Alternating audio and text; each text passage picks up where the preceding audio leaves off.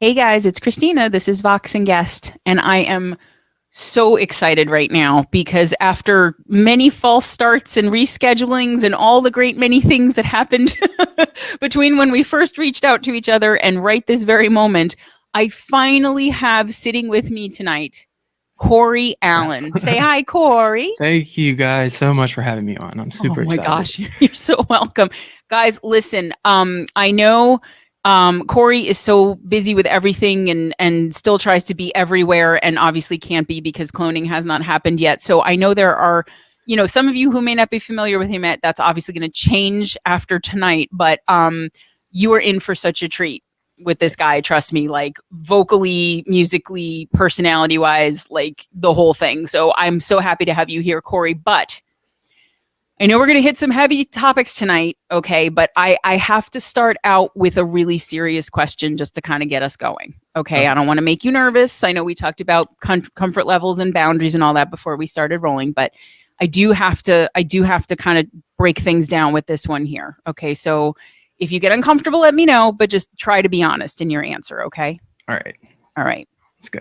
Corey Allen, what is the difference, if any, between a dude and a bro? Oh. I know. I told you it was going to be intense. People will say dude, people will say bro. Is there a difference? I usually use dude if I'm upset with the person. Ooh, so like dude, like kind of like that? Dude. Maybe, yeah. Bro's more like, we're bros. Okay. That's the only difference I can think. Okay, otherwise you think dude and bro are basically the same species? Pretty much, yeah. Okay. My wife actually, and she knows that this drives me crazy, but if I'm doing something that really is annoying her, she'll be like, dude, stop. Because she just knows that I hate it. I just hate it. Dude, oh, you hate dude has a negative connotation for me. I don't know. Really? That's so interesting. Okay, so dude, so I guess then there is a difference because if you're calling somebody a dude, you're not thrilled with them, but bro is like we're cool. Yeah, that's how I see it. Wow. Okay, look That's at you. Me. Maybe that's no, but that's it now. That's the canon explanation for this for everyone forever. That's people now. If you're upset with someone and yet want to sound informal, call them dude. And if you dig them really hard, just call them bro. And that's it. Now Corey has written the rules. That's right. And that's it. We all just have to go along with it. So Corey Allen of the Golden Voice. I have so many questions for you, but I want to start with a simple one, I think, maybe simple. But I like to find out from people before we talk about anything current. How did you get into music in the first place? I know you have a famous source of inspiration that may be part of your answer, if nothing else. But like, what was baby Corey's musical, birth, so to speak? I mean, it really where it sparked for me was, I was 10 years old. This was back in 2002. Okay. First season of American Idol came on. Right. It was the first show like that had ever come on TV, and I fell in love with it. Just being able to, just seeing that, ordinary people could get on a stage that big and be seen nationwide was, I don't know, that's really where it kind of sparked for me. I fell in love with Kelly Clarkson. Yeah. And it was a pretty bad obsession actually for a while. My grandma actually, for I think my birthday one year, she got me the full VHS version of the whole season of the first season. I thought you were going to stay from Justin to Kelly, and I was like, oh no. No, but I love that movie too. You're so cute. So do you bring all your girls out here? No, I mostly come out here to think. What are you thinking about now? I'm thinking about how happy I am that you gave me a second chance. And that nobody is a likes super it. fan. Even Kelly doesn't like that movie. She hates the movie. I know. I don't know. I think that movie brings back a lot of memories for me. Yeah, sure. It's such a corny movie though, but yeah, that's where I think this dream kind of sparked. But it took me a very long time to actually chase it, just because, I was raised very traditionally, and art or like something like this wasn't ever taught to me that it could be like a feasible way of Yeah. So it was kind of just always in the back of my mind. I was like, this is obviously a dream, but not really But something you that I didn't can think do. it was, yeah. No, and you're right. Like, because people now, they think of, I don't know if it's like season 703 of American Idol now or whatever it is, but like Yeah. people don't really remember when that first came out. It was Like, huge. there wasn't America's Got Talent. There wasn't all, like, every other, or maybe there was, but I mean, I didn't know about it. But like, it was revelatory that first season. Like, oh my God. Like, there was somebody from my hometown that auditioned for that show. And I was like, oh my God, I know, sat next to, so like that was really cool. It was really really eye-opening, cool. yeah. Yeah, no, it was. So, but I could totally see why you and Kelly, and it would be like a whole love affair. But like, but at Yes. what point did you figure out that you have this voice? Like, when did you, because like, did you wake up one morning and just be like, and then you're like, whoa, I can, what, you know what I mean? Or was it like No, I something mean, that I used to, like during that period of time, I would just start I got a lot of inspiration from Kelly. So Yeah. pretty much every song that I would sing was a Kelly Clarkson song. And, before puberty, I was able to actually hit those notes? hit all those notes. And You can still hit them, buddy. I know you can. it's a I struggle. have to be really though. careful not to call There's a lot you of dude drop tonight keys. by accident. It's okay. No, but okay. in So it my was all bedroom, Kelly like singing along. Okay, in the bedroom. and that was kind of around, Christina Aguilera was big. There's a lot of female that it's very Yeah. female inspired that I am. Like, Pink vocally. and there was like all those big voices. Okay. Yeah. Okay. Very So, cool. So I that's just remember being in my bedroom, belting out some Kelly Clarkson, and I always kept it a secret. I never did it whenever my mom was home or like anybody was around. It was just like my thing.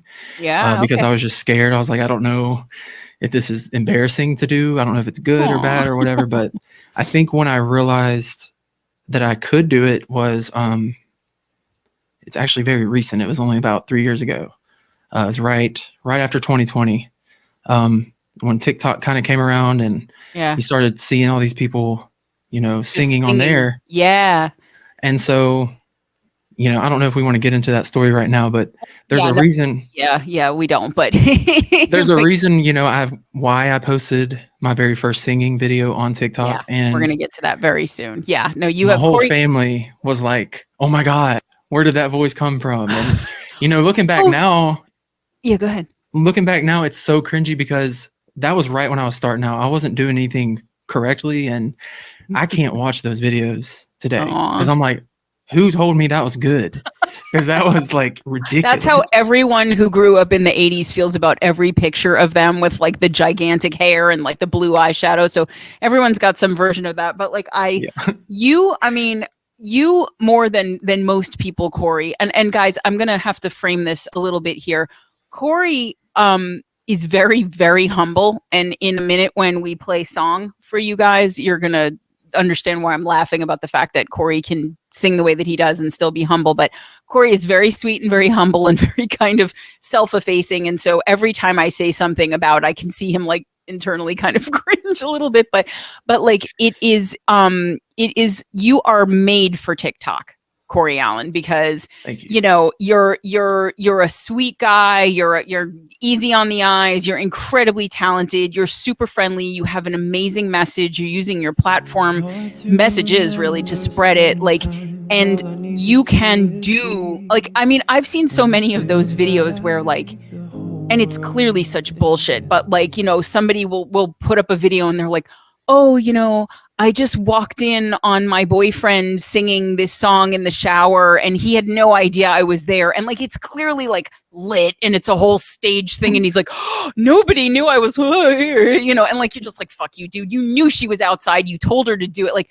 but you're the guy where you're like, you had the video and your family's like, where did this voice come from? Because I've seen those too, where it's like, oh, I've never sung in front of my parents before. And then like they sing. That's so funny that you say that because I have a video that recently went pretty viral. When you were like in the garage or whatever it was? TikTok. No, it's the one where I'm sitting at my wife's makeup table. Yes. And I swear every other comment is, this is so staged. And it's like, at the beginning, I was trying to explain how it wasn't staged. But then at a certain point, I just started feeding into it. I was like, yeah, y'all know what? If that's what you want to think, then maybe it was. Right, exactly. So then I posted a follow-up video where it was clearly staged. Like I kept like looking back. Like I didn't. I fed into that whole like, because I hate that shit too. I know. I know. No, and it's not to get on a TED Talk tangent here, but like I think we as a society like to shit on things. It's like a sport, especially online, and I mean, when you start to hit the level of popularity that you are, because guys, Corey's blowing up. You have like 64,000 followers on Facebook. You got like 115,000 on Insta. I think you're all over TikTok. Like you're doing quite well from what I can see. Like I think at that point, people feel the need to start trying to tear you down, which sucks, but it is as it is, right? So I mean, no, I know you enough to know you don't need to do that anyway. Like you would just make a video of you singing. Like why would you do that? Like it doesn't make any sense for you to stage things. It's stupid. The reason why I posted it was because it was different than what I usually do. It's a video of me filming myself. Yeah. And I thought it was cool that the thing about my wife is she's so used to hearing me like around the house just singing all the time that it's not, she never records anything. And so when I saw that she was recording me, I was like, hey, that's actually kind of a cool, way to throw this in there and like change it up from what I usually post. Yeah, it looks different. It was a different. Yeah, no. I think it. No, so, anybody that matters took that the way it was actually done, and fuck everybody else. Shut up, you crappy people on the internet. Leave my Corey alone. A lot of people took that the wrong way, but I was like, I started feeding into it. I was, when you hit a certain point, like you said, you do start getting a lot of the trolls, and I honestly I have such thick skin because of my upbringing, everything you've been through, I've been through, that it doesn't affect me. I actually use it to my advantage. Mm-hmm. So I've used it to kind of help me keep growing. Yeah, no, that's no. But no, I mean, again, I would not have been so excited to get you on this show if I had any whiff that you were a douche. You know what I mean? So like, I the dude, right? You were definitely a bro and not a dude, but like, I will come for you people if you come for Corey. I'm telling you, I'm Italian. I'm from New York. I can get mean. I'll be like a spider monkey. But anyway, so I know it's a little early, but I think before we even talk about much of anything, we should play your song. I think we should do it. Okay. I think we should because people, they were already hearing me rave. I want them to hear it for themselves so they can also start raving in the comments. But why don't you tell everybody a little bit about Empty before we play it, and then we'll get into more when we come back. All right. So Empty was a song that I wrote whenever I was feeling very, I've always struggled with mental health. Depression is a big part of my life. And at this point in time, whenever I wrote this song, I was very alone. I felt very alone. I felt very like nobody believed in me. And so there's a specific line in the song, in the chorus actually, that says, will I ever be what my family wants? Yeah. Just because, we're going to get into everything, but, right. I always just feel not seen, even in my own family sometimes. Mm-hmm. And so that's really where this song was kind of based around. The reason why it's called Empty is because I felt just empty. Yeah. Like I didn't, matter, like I didn't have a purpose. And I wrote this song, I put it out, or I teased it a little bit on my TikTok. I used to go live all the time. Yeah. I used to do a lot of streams, and I teased it on there, and the response from people was just overwhelmingly positive. And, I had so many people reach out saying how much they needed to hear that song that night, and can I please release it? And so I did everything that I could to hurry up and get it released. And it's just, it's taken on a life of its own kind of with people. And I still hear about it today. And that was over a year ago that I released that. Yeah. Or about a year ago, actually. Yeah. So. No, guys. And really, I mean, this is, we're big on mental health on this show. And, this song is raw in a way, lyrically. And again, I promise, guys, we're going to play it, but I just had to say it before we do, that I think is so powerful, and especially when you juxtapose it against how smooth and pretty the song itself is and Corey's voice. So I'm not going to make you wait any longer. So I'm just going to let you sit back and listen and love up Empty by Corey Allen. Waking up on empty, all these walls around me, never know which way to go. Why am I so tired? I never feel inspired. I don't wanna feel alone. I don't wanna feel alone. These places and these faces leave me second guessing who I'm meant to be. Maybe it's time to leave. Don't know why I'm here and what I'm supposed to be. To be happy. I wish I was what my family wants. Will I ever make them happy? No pill on earth can fix this. Feels like my brain is a mess.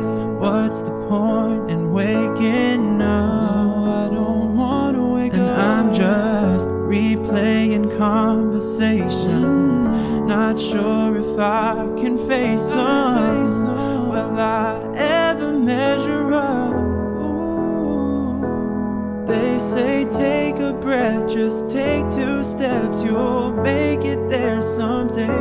I have faith, but is it fake? Don't know why I'm here and what I'm supposed to be. To be happy.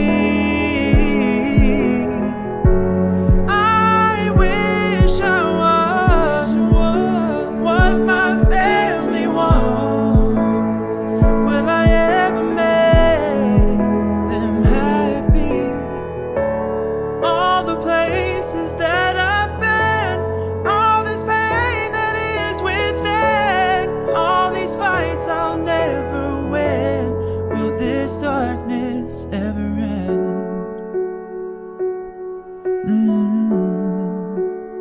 Will I let it win? Or is this the end? Don't know why I'm here and what I'm supposed to be. To be happy. I wish I was what my family wants. Will I ever be happy?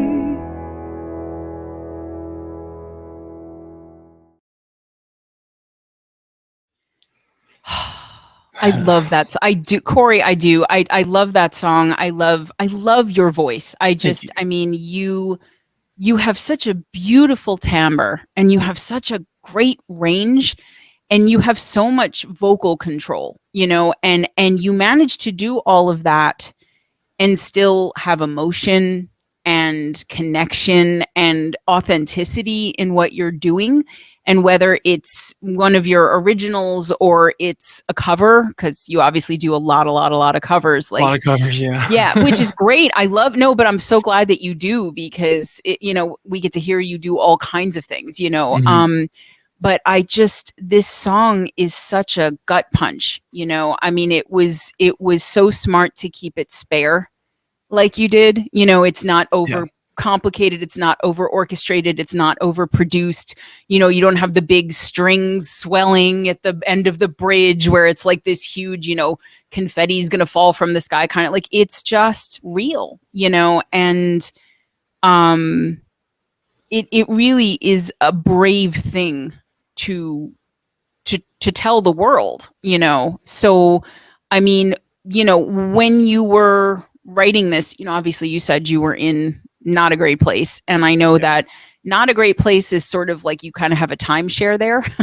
Yeah. Not a great place. For sure. So I mean, you and again, I don't want to take the lead on this conversation, because I mean, everything I know about you, I know from your social media, so I assume, and we talked about it before, we started this, very public about it. But one of the things, guys, that I love about Corey is that he really wants to use his platform to make people understand that they're not alone, to Yep, be that's the someone who's biggest. open about mental health and struggling with depression and anxiety and grief and everything that he's gone through and goes through in his life. And so this song is like tip of the iceberg, as you all become Corey Allen fans, which you just did if you weren't already after that song. As you delve into him and his story more, and we're going to do that tonight too. That's a huge theme. So you've been dealing with this at least since high school, right? High school, yes. Since high Okay. school. I mean, it stems from childhood. It's where a lot of the trauma and abandonment issues and lack of stability and stuff like that occurred in childhood, but it didn't really come out until high school. And then I was diagnosed with, chronic depression, and I dealt with that for so long and was on all kinds of different medications and, would switch every other month. And it was a lot. It was a lot to go through. And then, luckily I met the love of my life in high school, and she stuck by my side up until this day. She's still here. And I can't praise her enough for that, because I know that I'm not an easy person, especially, back then. Right. To like even just get along with, much less love. And so, I honestly don't think that I would be here today if it wasn't for her. Just because I feel like she really saved me and really just kept me feeling supported, and like there was more for me than to be in the bed all the time. And she never left my side because I wasn't doing certain things, or my anger would get the best of me, or whatever the case would be. She always would find a way to understand and help me work through a lot of it. And so I have to thank her for me being sitting here right now today. No, what a gift that is too. I mean, especially given the general description of the trauma that you grew up with, and you mentioned abandonment issues, and then to have someone that's just there and stays there, like how healing that is, and frankly, the fact that you could trust her enough to throw everything that you were at her, I would actually, I didn't feel like I deserved it. I didn't feel like I deserved her love or her presence. I would do everything I could to push her away, and she just never backed down. And here I am today, and I couldn't, be more at peace, mentally and physically. I couldn't be happier than I am today. And I really have her to thank for all of that. So 100% bro, 0% dude, Mrs. Corey. Yes, absolutely. And she's beautiful too. Cause I know you guys just had, an anniversary a couple months ago, and, just, it's so sweet to see that, I mean, I don't think it's been all that long based on the fact that you seem, and I'm not asking, like fairly young still, but like, that you guys were high school sweethearts, and to see what you feel like you're not, trust me, you are, you're still very young. I don't feel it. No, I don't think I feel like I've feels, lived. I don't, well, lifetimes. this is very true. This is very true. Your years have kind of been like dog years. That's definitely true. But I mean, but it's beautiful. And I get the sense that she's also hugely supportive of your music and your career. And I mean, why wouldn't she be, right? But like, I'm so happy for you that you have that. But so, I mean, you got to a place where you started to be able to kind of get a handle on the depression, or I mean, obviously now, but like, was that just fairly recently, or? It was honestly, when I really started to get a handle on it was through music. So that's when the music for me started 3 years ago. Up until that point, I was still very much, didn't want to live anymore. And, a lot of things happened a few years ago that really sent me over the edge, to where I never wanted to wake up. I never wanted to get out of the bed. And then I turned to music, because there was a specific song at that period of time that I just listened to all the time. And it really it showed me that music can be such a healing power. And so I just dove into music. I started putting my feelings down onto paper and trying to turn them into something, very beautiful out of something so dark. Yeah. And that's really whenever I feel like I started to come into myself and realize not only can I help myself, but I can possibly help other people by putting this out. And so, between my wife and music and my daughter, all three of those things have saved my life. Yeah. Yeah. So. No, I think given that, everything about you is so completely intertwined, I think it makes sense to tell everybody at this point so we don't have to be kind of, you've been very kind to me as somebody interviewing you where you're not like, and this happened where I haven't asked you the question yet and all of that, which is fine. However it goes. It's like, it's not about me asking a question, but I think this seems like a reasonable place to go into everything that, we've been alluding to. And again, I know I said this before we started and everything but just, you take this at your pace. Okay. Cause I know it's a lot and I know that you talk about it a lot and everything, but grief is a funny thing. You never know when it's gonna ramp itself up. So, I remember, having lost my grandma and, sort of getting through it. And then like a year and a half later, I was in a supermarket and I saw something on the shelf that like, she always used to have and I just lost it in the supermarket, and I was just like, what is happening right now? Like what? So I just want to be mindful and careful and respectful of that. But so, guys, this is buckle up because I have been crying all week and I knew this story. And even just every time I come back to it, it's so heartbreaking and it's so beautiful in its way. So just I this is not what they call a trigger warning, but I just want to mention to people, but we're going to get into some heavy shit right now. But so do you want to start with Jesse? Is there something that we start with before that, or I feel like I want to set it up.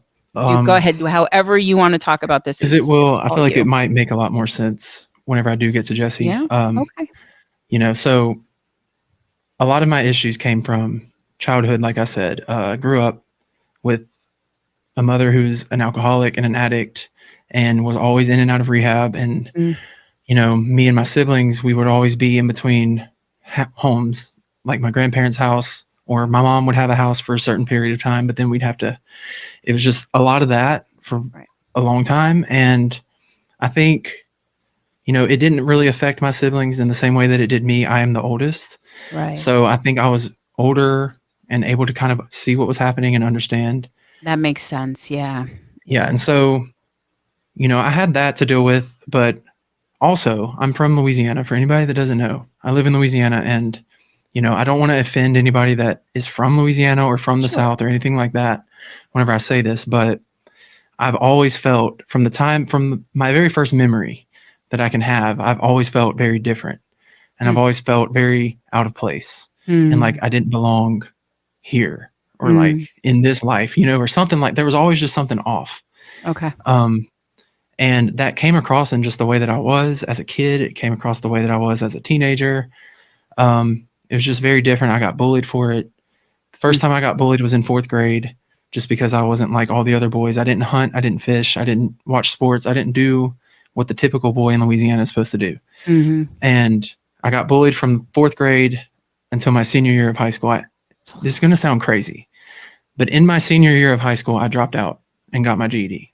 I was that close to graduating. That doesn't sound crazy at all. You were Keith from Nightfall did basically the same exact thing. It was like, I just couldn't tolerate this one more day. Like I can't do it. And good for you, really, for knowing that and then doing that. Because that does not sound crazy to me in the slightest bit. Not at all.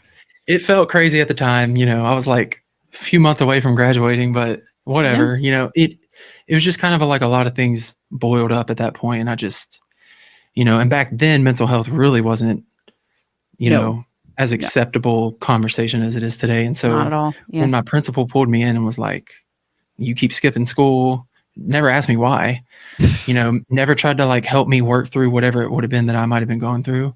She was basically just like, you need to go. You're not going to be able to make up the days, whatever. So long story short, I've just always been different. I've always felt out of place. And it got to a point where I was diminishing myself and pretending to be something that I knew I wasn't, or that I didn't want to be, just to try to fit in, even with just my family. I didn't have friends, never had friends that I really could relate to. So it was mainly just my family. You know, I started wearing camouflage. I never hunted a day in my life, and I started wearing camo just to try to like relate to certain family members. And it got to a point where it was eating me alive. And I was just like, I am absolutely miserable. Yeah. But I just kept doing it. And I think that was a big part of my depression was, you know, pushing down the person that I truly wanted to be and truly wanted to express myself as. And so then it took until this very big event in my life to wake up. So, you know, I was, like I said, I never pursued music. I was working a normal job. I was chasing the next dollar. I was trying to support my family the best way that I could. I was also still at the time trying to make my family proud by having a good job and having a nice house and nice things. And, you know, that was all I cared about. Right. All I cared about. Right. Who you were supposed to be, right? Like it says in the song, right? Yeah. And so that's all I focused on. And one night in December of 2018, I got a phone call in the middle of the night. I'm sorry. Take your time, sweetheart. It's okay. It's okay. Guys, it's a lot. And again, Corey is very transparent on all his social media. Okay. So he's had to tell, and again, Corey, we do not have to do this, honey. Okay. So it is. I want to. Okay. Take your time. I got you. So, you know, one night, actually, no, it was 2019. 2019. Yeah. I didn't want to correct you, but I was like, I think it was 2019. I always say that because it was December 18th of 2019. Right. You know, also, I want to throw this in there too. Because of, you know, my mom being an addict and an alcoholic, one of the things that I always made sure to stay away from was drugs and alcohol and like abusing drugs. But at this particular time in my life, I was working so much that I started to abuse Adderall just to be able to like get my work done. And, you know, there were many, many, many nights where I didn't sleep at all. Yeah. I would just work all night, go to work the next morning, work all day, and then sometimes even stay up that night too. It was absolutely just, it was a horrible period of time, but I felt like it's what I needed to do. And looking back on it, like I'm always so disappointed in myself that I did that, just because it was something that was very important to me to always stay away from. So I just want people to know that are watching this, you know, no matter how hard we try, we're going to fuck up. That's right. And that was just a very bad lapse of judgment in my life. Well, but Corey, before you move ahead, like, okay, I am everybody who watches this show is they know where I'm going already with this. Like, I'm a very staunch opponent of anybody judging themselves or being harsh with themselves, and especially for something that you were not only genetically predisposed to, right, but also and I mean, Gabor Mate says it most eloquently, but you know, a lot of people are familiar at this point with the fact that trauma is a gateway drug, right? Like to anything. And, you know, given why you were trying to be up and focused and productive and whatever, I don't think, well, I can't tell you how to feel, but consider that, you know, that was not really a choice that you were making or a failing that you had. It was just something that you were doing to try to be who you thought you had to be and to try and get what you needed from the people who were supposed to be giving it to you to begin with. You know what I mean? So I don't mean to tell you your life, but that makes a lot of sense. I mean, and that is true. That's very true. I think where a lot of the regret comes is right. Okay, let me just get into what happened. Yeah, because that's where the regret comes in. Yeah, I understand. And it's also the reason why I changed everything. But so, you know, I'm working December 18th, 2019, up late, and I'm like, I'm gonna try to go to bed tonight. So I go lay down, you know, and I always used to sleep with my phone on vibrate. And by some miracle, I was able to, hear or feel my phone vibrating this night at around 2 or 3 in the morning, I believe. And it was my sister. And I just knew immediately something was wrong. Yeah. And, I answered and she said, Jesse, which was my brother, he was 18 at the time. She said, Jesse has been in a very bad car accident. You need to come up to the hospital because it doesn't look good. So I'm like, okay. So I get up. I don't even remember driving there. I don't even remember telling, my wife was still up at that hour of the night. She was still up in the kitchen cleaning. And I remember getting up and being like, I have to go to the hospital. Jesse's in a wreck. So I get to the hospital somehow. And, the first person that I see as I'm walking in is my mom. And she's just almost on the ground screaming. And it's just a sound that I'll never be able to get out of my head. Mm-hmm. And so I go up to her and she's talking with a neurosurgeon and she said, y'all need to come up and see him. It's not looking good. He's not going to wake up. And so, she brings us up to the room and we walk in and it was just the most unbelievable experience that I've ever had because he's just laying there and he looks like he's just asleep. Whenever you picture somebody being in a horribly bad car accident, you don't expect to just look at him and not see, Right. Like a mangled mess or whatever. Right. And so, it's all morning we're all just sitting there and we're just crying. Nobody's talking to each other. We're just like holding his hand and, laying on him and stuff like that. And there was a moment, following that in that same day, like as it, the sun came out and more family and stuff started to come, there was a moment that everything changed for me. And it was, we're all sitting around. We know that he's not going to wake up. So we're starting to talk about funeral arrangements and stuff like that. And, all my family members start pulling their phones out and they're like, we need to get some pictures together to make like a slideshow or, whatever it is. And they're all, they're going through their phones and they're finding all these pictures and they're showing each other and they're laughing about, funny things that he did and stuff like that. Yeah. And I'm just scrolling through my pictures and I can't find one single picture of me and my brother. And, all I'm seeing is all the stuff that I would do at that time for work. It's just work. There's not even pictures of my daughter in there. And at that moment, I threw my phone down and I just said, you know what? I'm not fucking going back to that job. Because at that point with that job, there was no cutting back for me. Mm-hmm. They weren't going to accept me coming in and being like, I can't do this much anymore. Right. There wasn't going to be that. I knew the only way out was I had to just quit and just figure it out. And so that happened. I quit. I think probably the next week I had walked in there and I just quit. That came with a lot of repercussions also that I won't get into. Sure. That's right. But, a lot of things fell out from that. Yeah.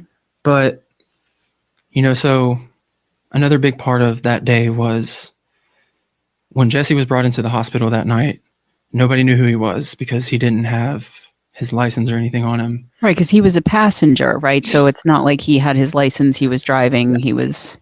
So he was a passenger. He was riding with some friends.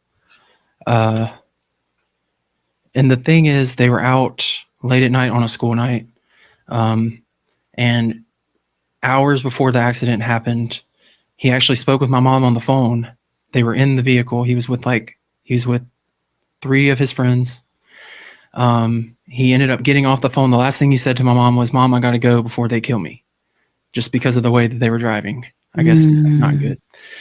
And so anyways, what happened was they lost control on this road. Jesse was in the back seat. Nobody was buckled. Right. Jesse was in the back seat. They lost control and they hit a tree. 2 of the passengers got ejected, I believe, or maybe all 3 of them except Jesse. I can't really remember. It's okay. It's never really something that I focused on. You had enough to think about. Yeah. Yeah. But with Jesse, he went straight from the back seat head first forward and got stuck up under the dashboard. And he went without oxygen until EMTs got there. So he had brain trauma and he had the lack of oxygen. That's ultimately why he passed. But because this was only done to his brain, they ended up finding the wallet somewhere at the crash scene, and that's how they were able to find out who he was and notify the family. But something that was crazy that the whole family didn't even know was a month before this, he turned 18, and he went and renewed his license, and he signed himself up to be an organ donor. And he didn't tell anybody.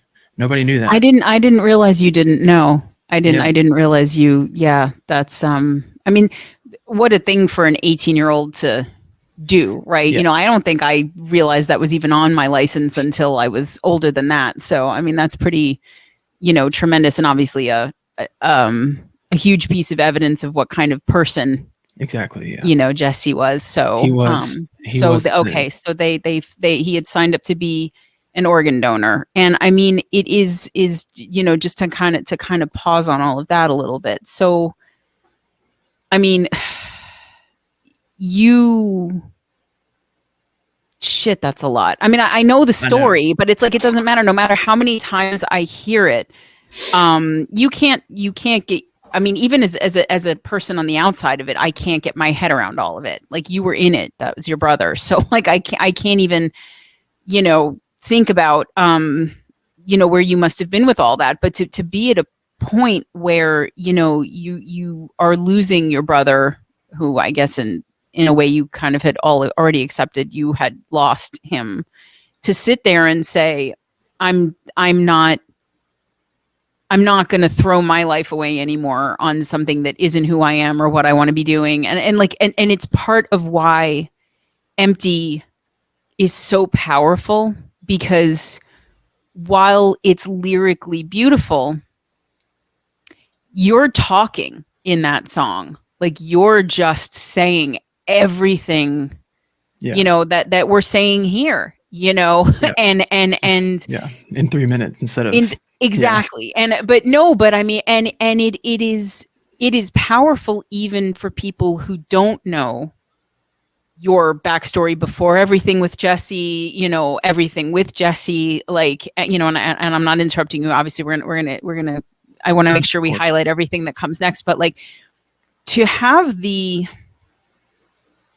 fortitude to look through your phone and figure out that that was it. You were done. So clear. It was, at that moment, it was so clear. And the thing about Jesse, and like you said, with him signing up as an organ donor, shows the kind of person he was. That is the kind of person that he was. He was very loving and accepting of every single person. Yeah. This kid was, he thought he was a thug. He loved, rap music. He loved to rap, period. Yeah. No telling what he would have done, but, he came off as like this, like, thug type, like, bro, dude, whatever you want to say. But yeah. But every time I would see him, he would give me the strongest hug, and just, he loved every single person so much. And he lived his life in the most fulfilled way that he could. He did anything that he wanted to do. He didn't care who it pissed off. He didn't care if it made him look stupid. He didn't care. He did not care. He got out at stop signs and would give homeless people hugs and tell them that he loved them. Yeah. He was that kind of person. And in that moment, in that hospital room, when I was going through my phone, it was so clear that I was so lost, and I was just so, I was pretending to be something that was clearly making me miss not only, moments with my family, but just, being who I actually wanted to be, and expressing the things that I wanted to express. And, that's right. It was just like a switch went off in that moment that, here he is laying in this bed dying, who would have done such amazing things. He was such an amazing person, and that was taken from him. Yeah. And who am I to sit here and be miserable and not take all the opportunities that I can take, and not spread love, and not spread kindness, and not spread these things that he was trying to do? I felt like it was my mission to change everything. And so I did. I changed everything. You know what I'm, and I hope you don't mind my saying this.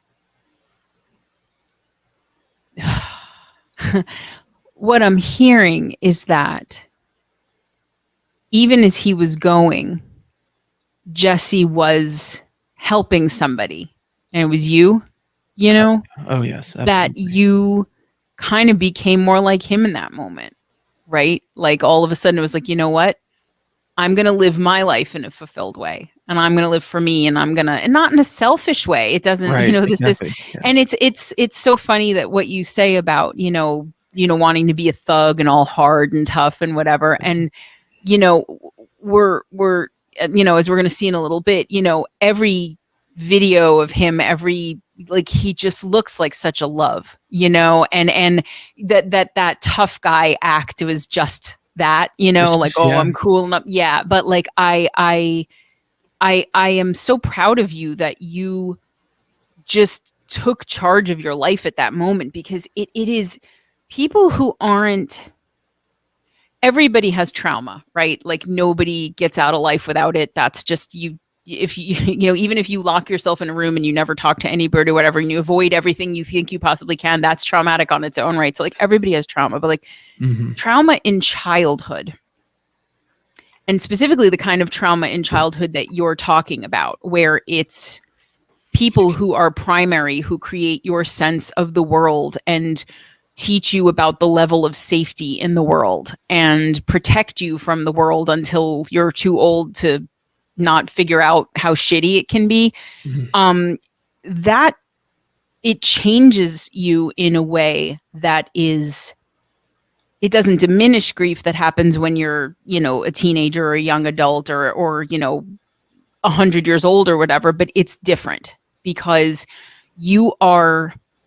it's like looking at yourself in a funhouse mirror when you're still so little that you don't even really know who you are yet, And so I am so impressed with the fact that even under all of that you were buried in, just trying to please people and hide yourself and, go along to get along and fit in and, make everybody else happy and all of that you have this beacon in you that was like, but this is not me. This is not my life that I'm living. This is not what I want. This is not who I am. And to not only know that, and I don't know, Corey, if you realize, but not everybody who goes through the kind of shit that you've gone through knows that about themselves. Like a lot of people get lost and they stay lost. I know. And there's a strength. I'm sorry, go ahead. No, go ahead, please. I'll talk forever, so feel free to say No, something. I will too. But no, I was going to say, I think realizing that is, the reason why music is so important to me. And the stuff that I write, I am going to, people always tell me, not fans or anything, but, professionals, they're always like, you need to write some simple stuff, some stuff that, isn't so deep. And I'm like, I will, but I have a lot of things that I want to get out. Yeah. And, it not only helps me, but it also helps other people, because there are so many people that are stuck and that don't even see, certain things. And I don't know if you need to write simple stuff. Like that sounds to me like people being like, okay, well, there's a formula that you have to follow. And like, people aren't that deep. And like, I know that people, there are so many people, especially as you said, people didn't talk about mental health like we do now, even 10 years ago. Like it wasn't quite taboo at that point, but it was still pretty close, and now I think part of why you're blowing up the way that you are is because you actually have something important to say. You could get up there and sing na na na na na and people would listen to it because it's going to sound good, right? But like you actually, and your music, you're processing things. Right. It's not just something you're giving away or throwing away.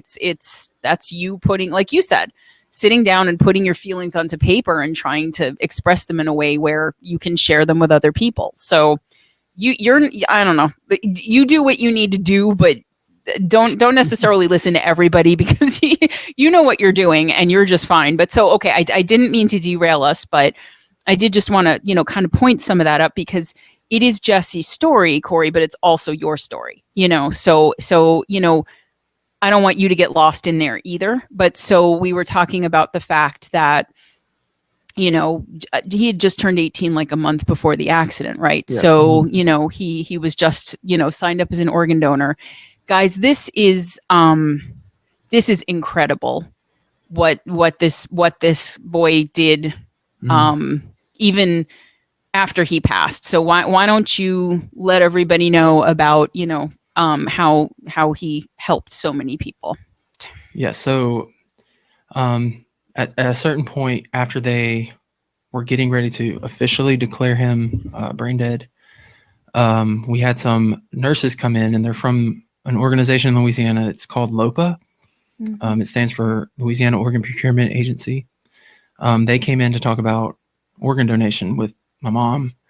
And so I went out with my mom for that conversation, and, you know, it was a tough conversation to have. But it was almost just like my mom, we had this look and we just knew, you know, this is 1000% what Jesse would want. That's why he signed up.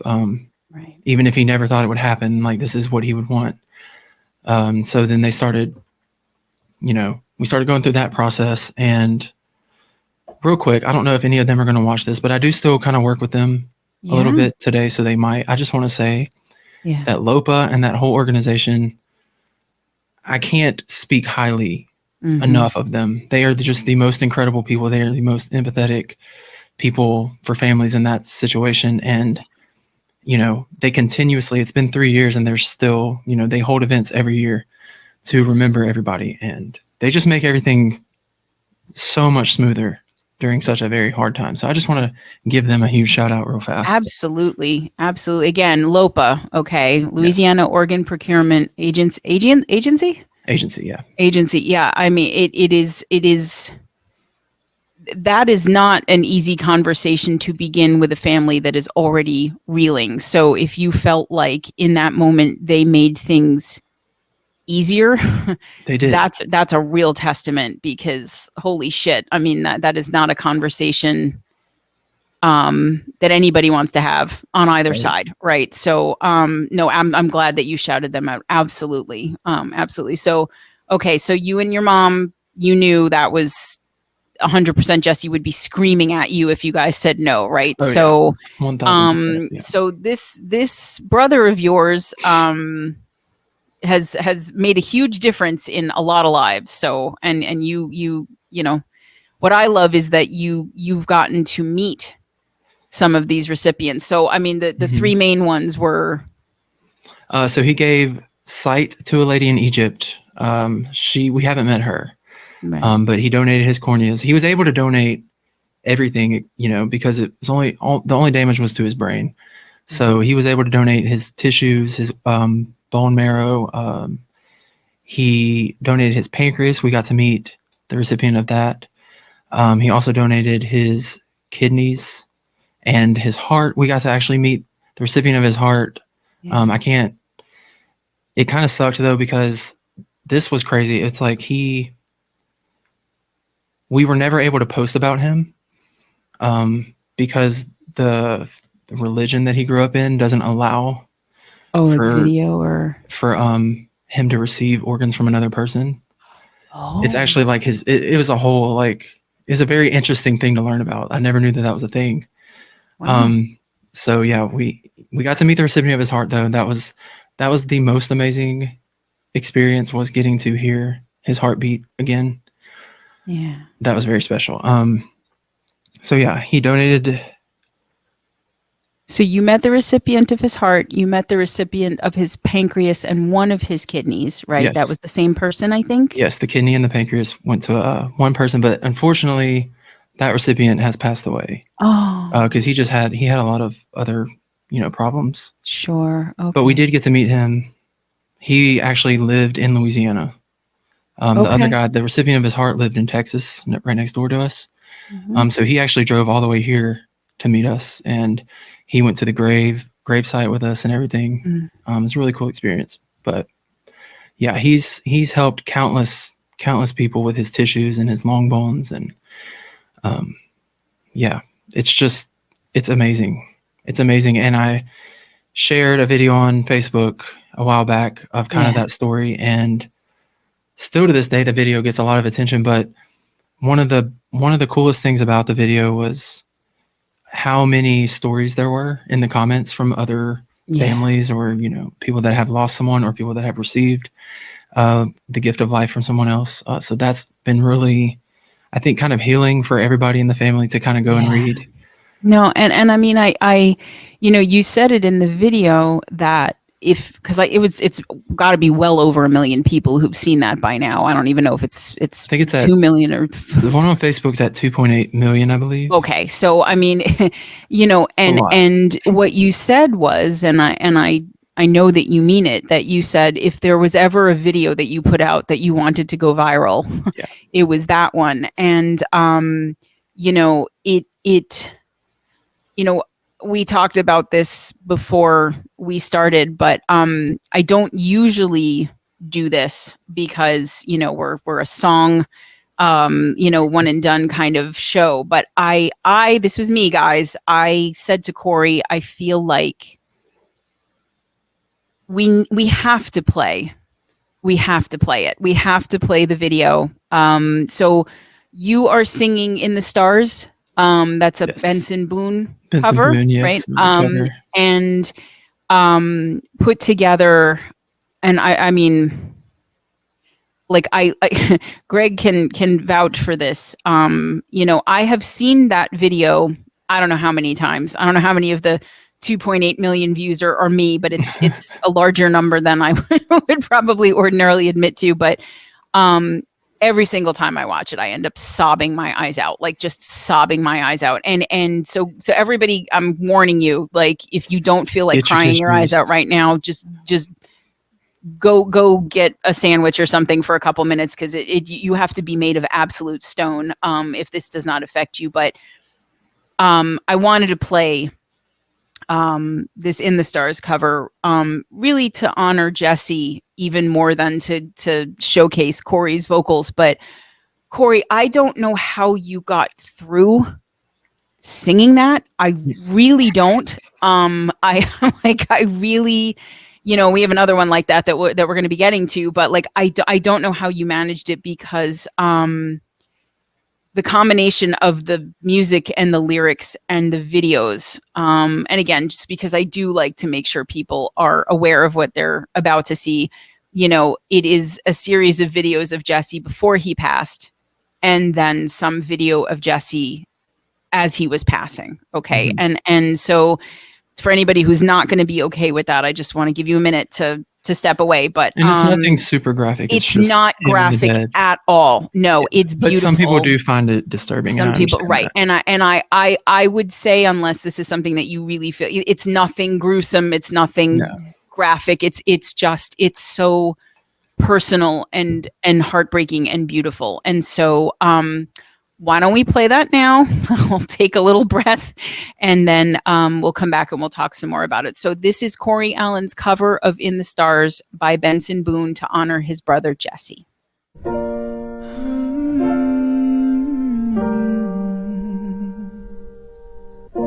Sunday mornings were your favorite. I used to meet you down on Woods Creek Road. You did your hair up like you were famous, even though it's only church where we were going. Now Sunday mornings I just sleep in. It's like I buried my faith with you. I'm screaming at a God I don't know if I believe in, 'cause I don't know what else I can do. I'm still holding on to everything that's dead and gone. I don't wanna say goodbye, 'cause this one means forever. And now you're in the stars, the 6 beats never fail so far. Here I am alone between the heavens and the embers. Oh, it hurts so hard. best of my heart and left the rest in pieces. Digging through your old birthday letters, a crumpled 20 still in the box. Yeah, I don't think that I could ever find a way to spend it, even if it's the last 20 that I've got. Oh, I'm still holding on to everything that's dead and gone. I don't wanna say goodbye, 'cause this one means forever. And now you're in the stars, the 6 beats never fail so far. Here I am alone between the heavens and the embers. Oh, it hurts so hard. For a million different reasons, you took the best of my heart and left the rest in pieces. I'm still holding on. I'm still holding on. I'm still holding on. I'm still holding on. I'm still holding on to everything that's dead and gone. I don't wanna say goodbye, 'cause this one means forever. Now you're in the stars, the 6 beats never fail so far. Here I am alone between the heavens and the embers. Oh, it hurts so hard. For a million different reasons, you took the best of my heart and left the rest in pieces.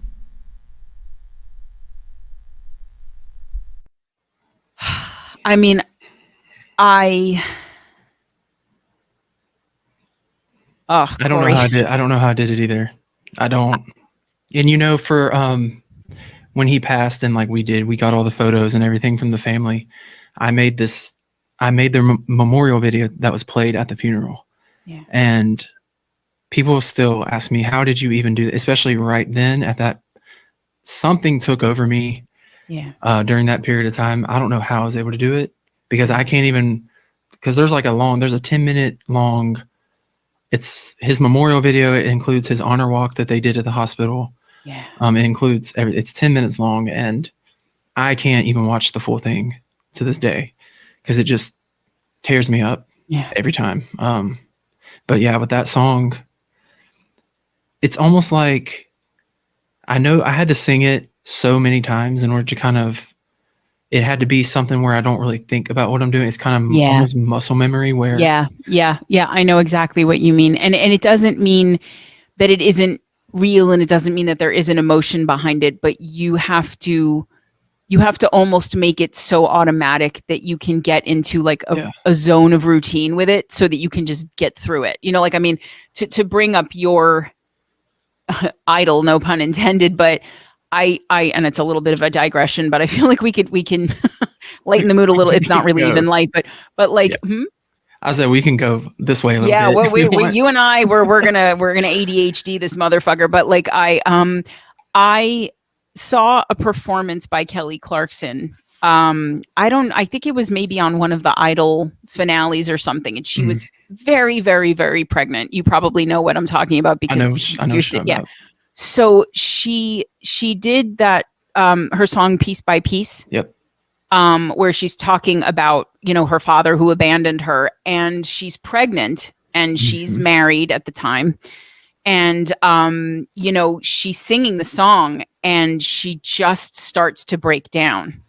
Yeah. And it is one of the most beautiful things I've ever seen because it was just so real. These people are, they're products to a degree, right? I mean, like, you go and you get out and you sing and you plug your single and you do the thing, and then you go and you do it again and you do it again. And to see somebody in their humanity like that, who we've seen, so famous and do so many songs so many times or whatever, and she's just sort of apologizing through it. And like, I think Keith Urban was watching it and he's crying. Everybody was yes. yeah, and I'm crying watching it, whatever. And like I didn't see the show in the time, but like I think it showed up on like Reels or TikTok or something, and I was just like, God, she sounds so good, and she's like 11 years pregnant or whatever, and like how does she even have the breath to sing that? But my point being, like, you know, you can't do that every time and get through it. Like you can't. I mean, she's sung that song thousands of times knowing exactly what the lyrics are about, and she manages to get through it, and it was just that one time that it just and she's like, I'm hormonal, I'm pregnant, I can't help it, you know, like, so I totally understand where you had to kind of I just had to distance. I had to, for that moment, you know, of recording the song, I really had to just kind of distance myself a little bit from it. But because all that feeling is still so, it's right there. I mean, it's beautiful, Corey. And I mean, again, your voice is just so gorgeous. And, you know, it's when you get toward the end and you really start building and there's all that dynamic and it's just, you know, you're up in the stratosphere singing and whatever. And like that video gets me so hard because in just a few clips, you get such a sense of Jesse from those videos. You know, you get such a sense of, you know, him in the back seat of the car rolling around on the pillow and just being a goofball and like, you know, break dancing or whatever for his friend. You know, I mean, like, it's just you captured all of that so beautifully. And the first time I saw it, I remember thinking like, oh, this is so beautiful. He's doing a memorial video and, you know, we're getting to see Jesse and you know who he was and what he was like and get a real sense for his personality and everything. And I was not expecting the honor walk.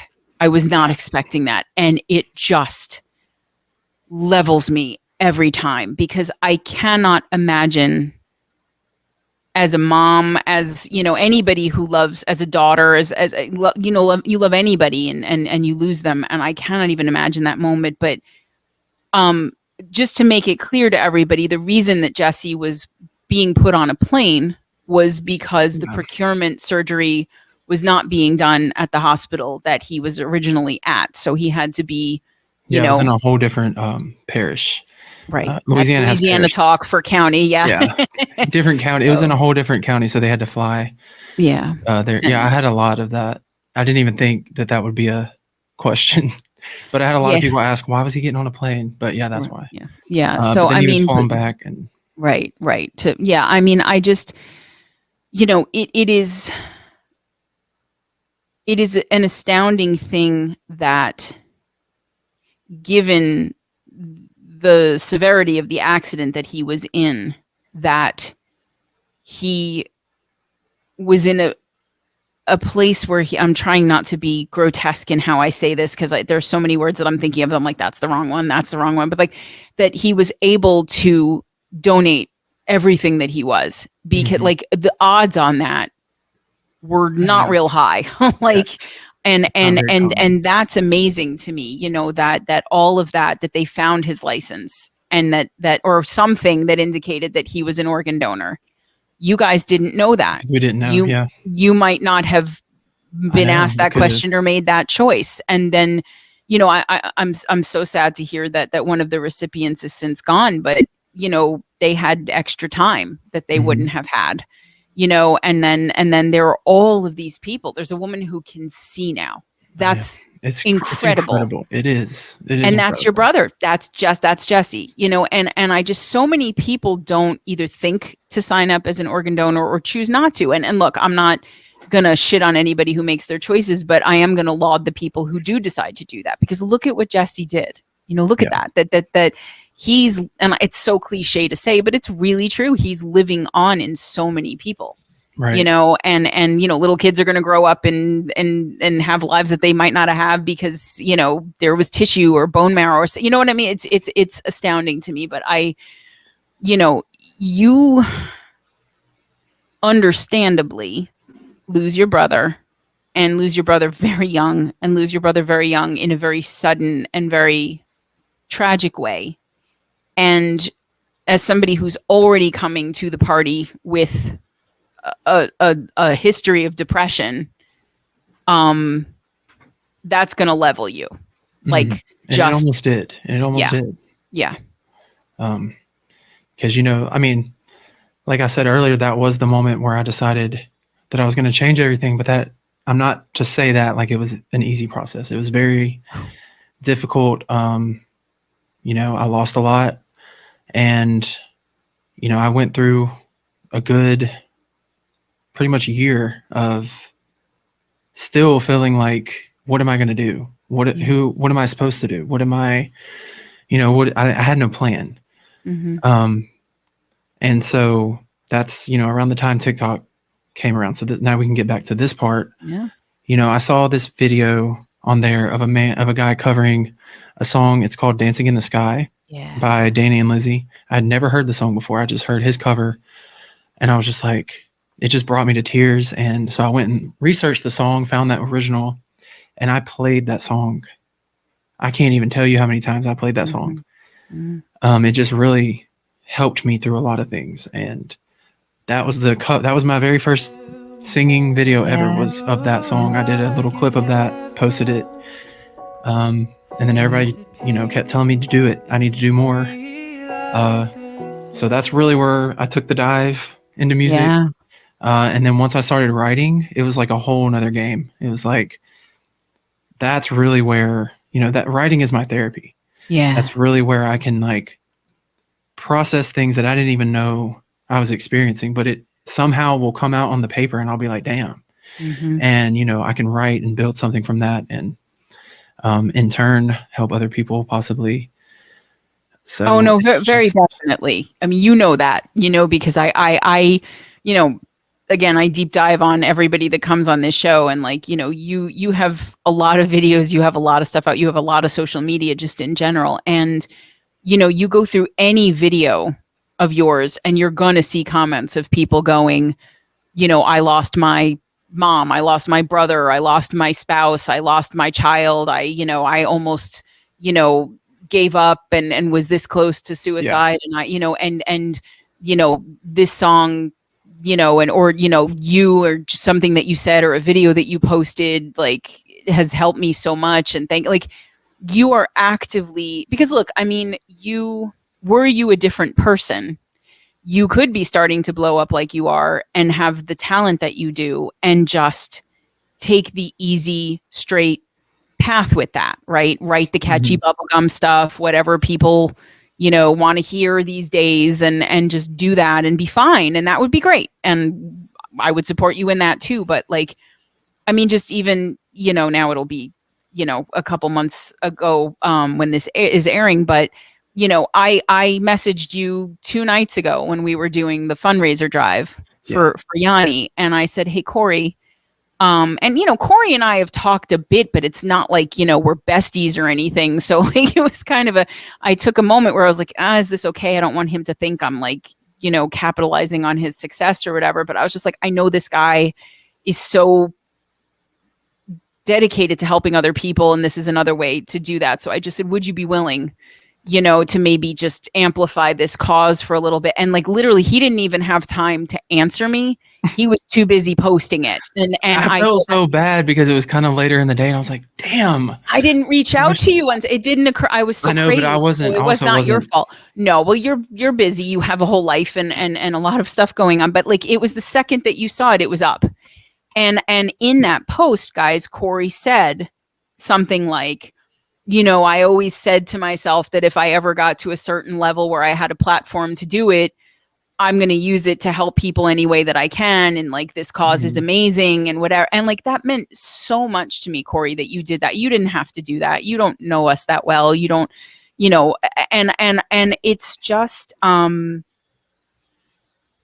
know you, I know, oh, well, thank you. But I know, intellectually that you're helping people, but like, I don't know how much emotionally you let it resonate with you, how much you're really helping people with what you're doing. Because, if I like to think that when people are really in a place where they're either, I don't know if we're ever fully healed from everything, but at least at where we're healing and we're farther away from the damage than closer to it, people tend to try to become who they wish they had when they needed someone, you Mhm. know? Yeah. And I see you doing that every day. Like I see you showing up for people. And that video that you made, for your brother, so many people replied to that. And I saw you trying to reply to I was every trying. single person. And I'm like, oh, honey, this is never going to, like, you can't, like, it's never going to happen. And I mean, so it was so smart to finally make a video to kind of address everything because you can't, like, you could, millions of people, there's no, if you spent the rest of your life just replying to that one video, you would still be doing it. So, I mean, Yeah. but that's, I mean,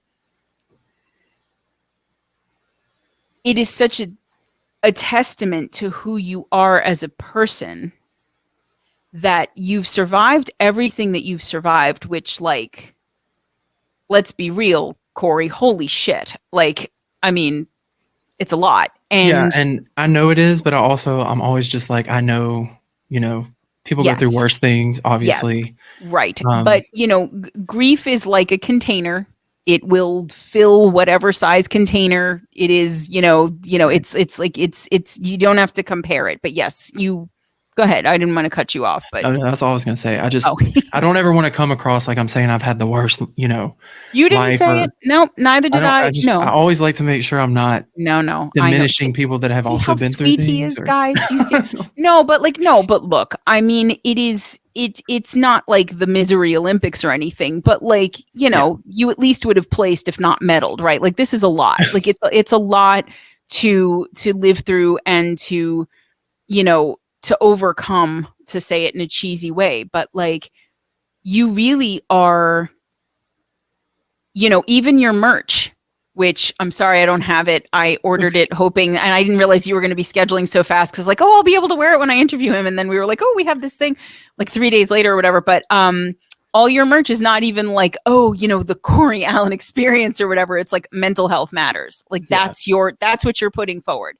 That's Mhm. the thing you want on your merch. And I love you for that, because, yeah, your name's on it, but, like, I was trying to actually find something that was, like, more Corey, forward or whatever. But, like, even in that, you're making the focus about how you're trying to help people. Yeah, I like to, with my message and with my platforms and, the things that I do have, like you said, like I said in that post, I never want it to just be about me, because it isn't just about me.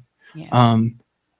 The reason why I'm here today is because of not only myself, but other people. We all have power. We all have influence on, those around us, and the messages that we spread do matter to people. And I never wanted this to be a game where it's like, this is the Corey Allen show. This is my TikTok page, and all you're going to get here is just what I can do vocally. I always set out on, this is so much bigger than that for me.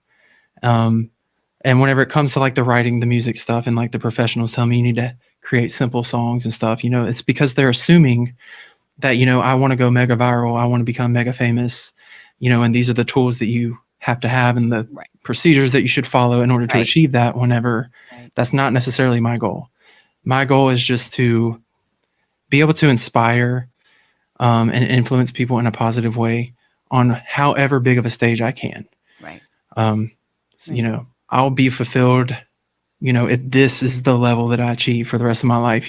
I'll be fulfilled at the end of it. I will be proud of myself for not only overcoming, a lot of the things that I've been through, but also, always trying to help others, and always trying to make other people feel like they're just as important as they think I am. That's what drives me.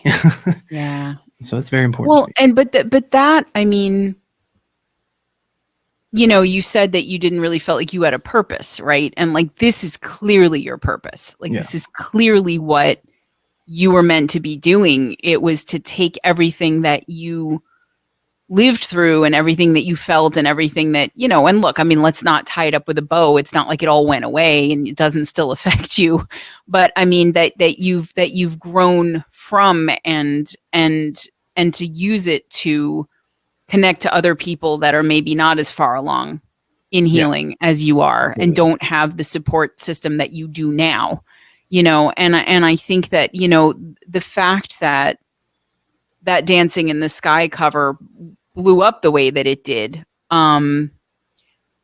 just as much as you do, I love that that was the thing that not only brought attention to you, I know, but me that too. really got you into music. Like, really, so, Mhm. because let's not forget, guys, Corey, for being 10 years old and seeing Kelly Clarkson and being like, ooh, I want to do that. Didn't do that, right? It was secret bedroom concerts for yourself and, kind of, hiding your light under a bushel, as they say, and all of that. But I mean, to get to a point where, you've gone through everything you've gone through, you've lost Jesse, and then the thing that begins the process of you starting to heal is music.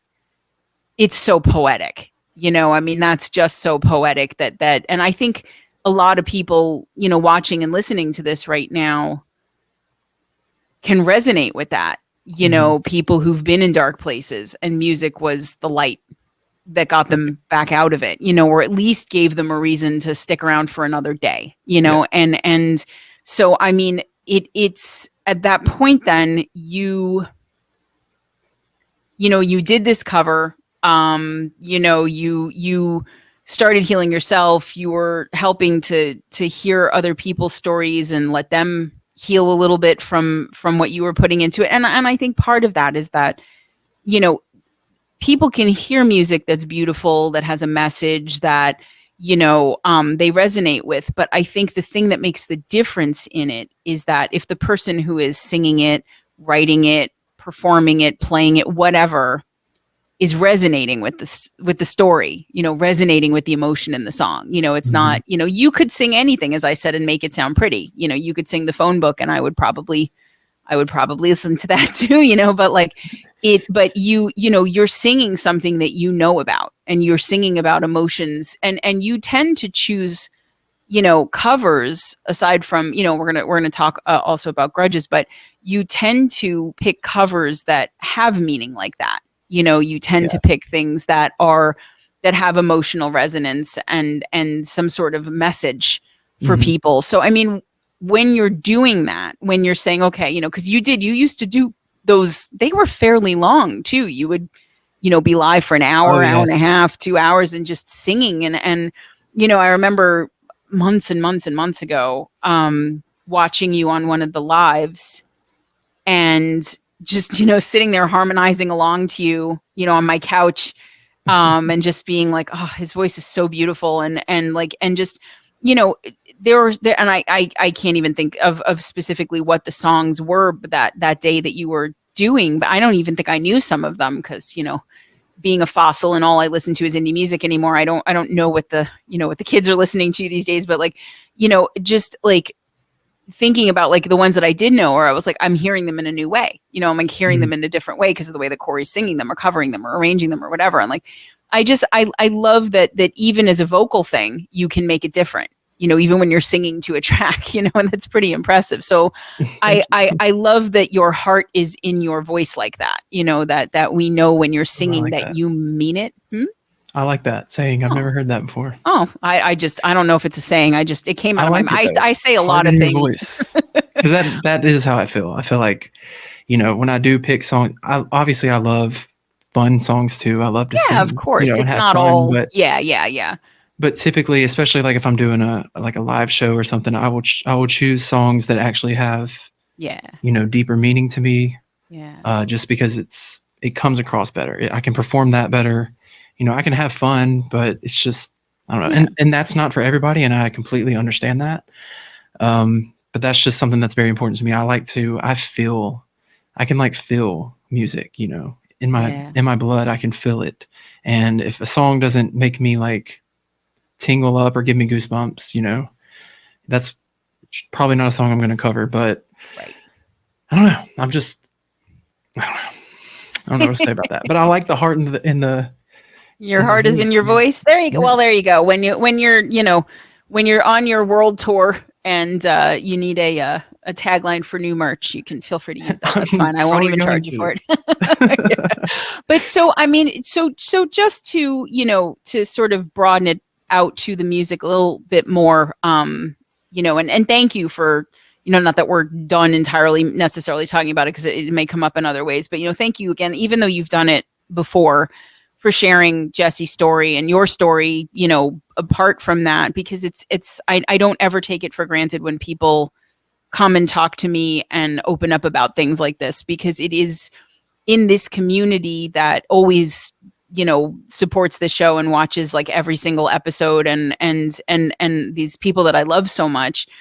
So many of us have been kind of ragdolled by life, and really appreciate people who not only talk about that openly so that we feel like we're seen and heard and understood, which is what I think we all try to do for each other. People that have been through things and want to help people, out as a result, but like that you are able to also put that into your music, I think everybody that I've had on this show, does that to some extent. If they're writing originals that they, will try to process or explain or just share stuff that they've been through. And so like that's something that resonates. I think it's going to resonate with, everybody who's listening to this. But you do write other stuff. You do sing about other stuff and other, other things. And it is not all, sad and dark and whatever, guys. It's Corey, as he said, knows how to have a good time too. So like we there are a couple things that I think I know about you, and I'm not sure if they're still true or if they're actually accurate or not, but like you work with Cheryl Porter. That whole thing, that was an experience. Okay. It wasn't supposed to happen that way. Okay. Do you want me to tell us that story? Do you want to get into it? You don't have to. I don't mind. It's not a long story. Okay, it's not like we're worried about time. Don't worry about it. No, so like you said, back in the day when I was doing, multiple live streams a week, it began as me being a fan of him, but his name is Raymond Salgado. Yeah. He's a incredible singer from Canada. Oh yeah. I used to do these live streams where I would have guests come, and it'd be multiple boxes, with different singers, just to try to give other people that platform to, like I said, Helping it's not all about me. That's right. I want everybody to hear all these amazing people too. Well, one night he gets in my request box to join the lives, and I'm like, there's no way this guy wants to join my live. Yeah. So, of course I let him in, and he kills it with his performances that he did. And then after the stream, he had messaged me on Instagram, and sorry, there's like a bug that keeps flying. You can track the bugs. You're just that big of a star, Corey. They just want to be around you. Yeah. Or the light. Fine. Light, your fame, whatever. Fine. But yeah. Okay. Go away, bug. We're talking about Raymond. Thank you. Anyways, he was thanking me for, letting him join and all this stuff. He's such a humble person. And so we kind of formed a friendship after that. And we were talking all the time, FaceTiming a lot, not only with music stuff, but just kind of like life, things that we go through and all that. And it was probably maybe closer to 6 months after we initially began our friendship. He was like, look, I'm coming to Chicago in November, and I would love for you to try to come so we can like meet in person and like sing together, make some videos, do whatever. And I'm like, Chicago is like 14 hours away from me. But he was going there to work with Cheryl Porter, which anybody that doesn't know who that is, she's been named the world's number one vocal coach. She's incredibly famous. She's unbelievable. Yeah, she's amazing. Well, that's who he was going to work with. And so I ended up figuring out a way to get up there, and it was just to go meet him and like get to know him and do some videos and stuff together, collaborate on some stuff. And I ended up bringing him to Cheryl's house for him to work instead of him taking an Uber, because I drove there from Louisiana. Right. Yeah. So I had a vehicle. Yeah. So I was like, instead of getting an Uber, I'll just bring you to her house. I mean, I'd love to see her house. So I'm sitting out in the truck the whole time, and he texts me whenever he's done. He's like, she said you can come in if you want to come meet her. I lost my mind. Of course. So I go in there, I meet her, and she's like, you want to come have some tea? We're about to make some tea. Yes, please. So I'm like, sure. So, at this point, she doesn't even know who I am. She doesn't know what I do. She just knows I'm his friend. Yeah. So then she's asking me questions. She's like, so what do you do? And I'm like, well, I sing too. Met Raymond on TikTok, whatever. And she's like, well, you got to come sing for me now. So I'm like, at this point in my singing career, other than on TikTok and like my family and stuff, I had not sang really in public, like in front of anybody. Mm-hmm. It had just all been online. So I'm freaking out because not only am I about to sing in front of people that I've never met, but it's Cheryl Porter. Oh my God. So, long story short, she loved it, she said. Yeah. Yeah. And then, she worked with me a little bit after that. She taught me a lot of things. I really, I learned a lot from her. Yeah. Just about things that I could do better vocally, in a more healthy way. And I've really been able to see the progression from that. So she's the only like formal coach that I've ever had. And it was just a very short, like not even really my coach, long term or anything, but yeah. People always ask me, did I go to lessons? Was I in choir? I've never done any of that. It's just no, you didn't want anybody to even know that you were doing it. So yeah, my family didn't even know until I posted a video on TikTok. Yeah, I mean, like that's you were definitely not, going every day after school for vocal lessons or anything. No, but I mean, I just, the fact that you go in and you sing for a Cheryl Porter and she's like, yeah, I think I would like to do more with you. Like that had to make you feel good.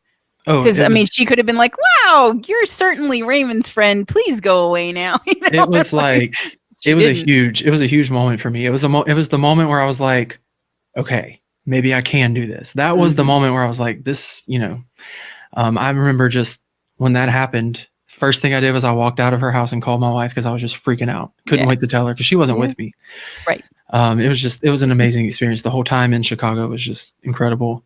You guys sound incredible together. You really do. Thank like you. Yeah, all the harmonies and I know he's redonkulous too. Like guys, if you don't know Raymond Salgado, you probably do, but like you can look him up and you'll learn quickly enough who we're talking about. He was a finalist on Canada's Got Talent this past season, so yeah, he made it pretty far on that show. Amazing.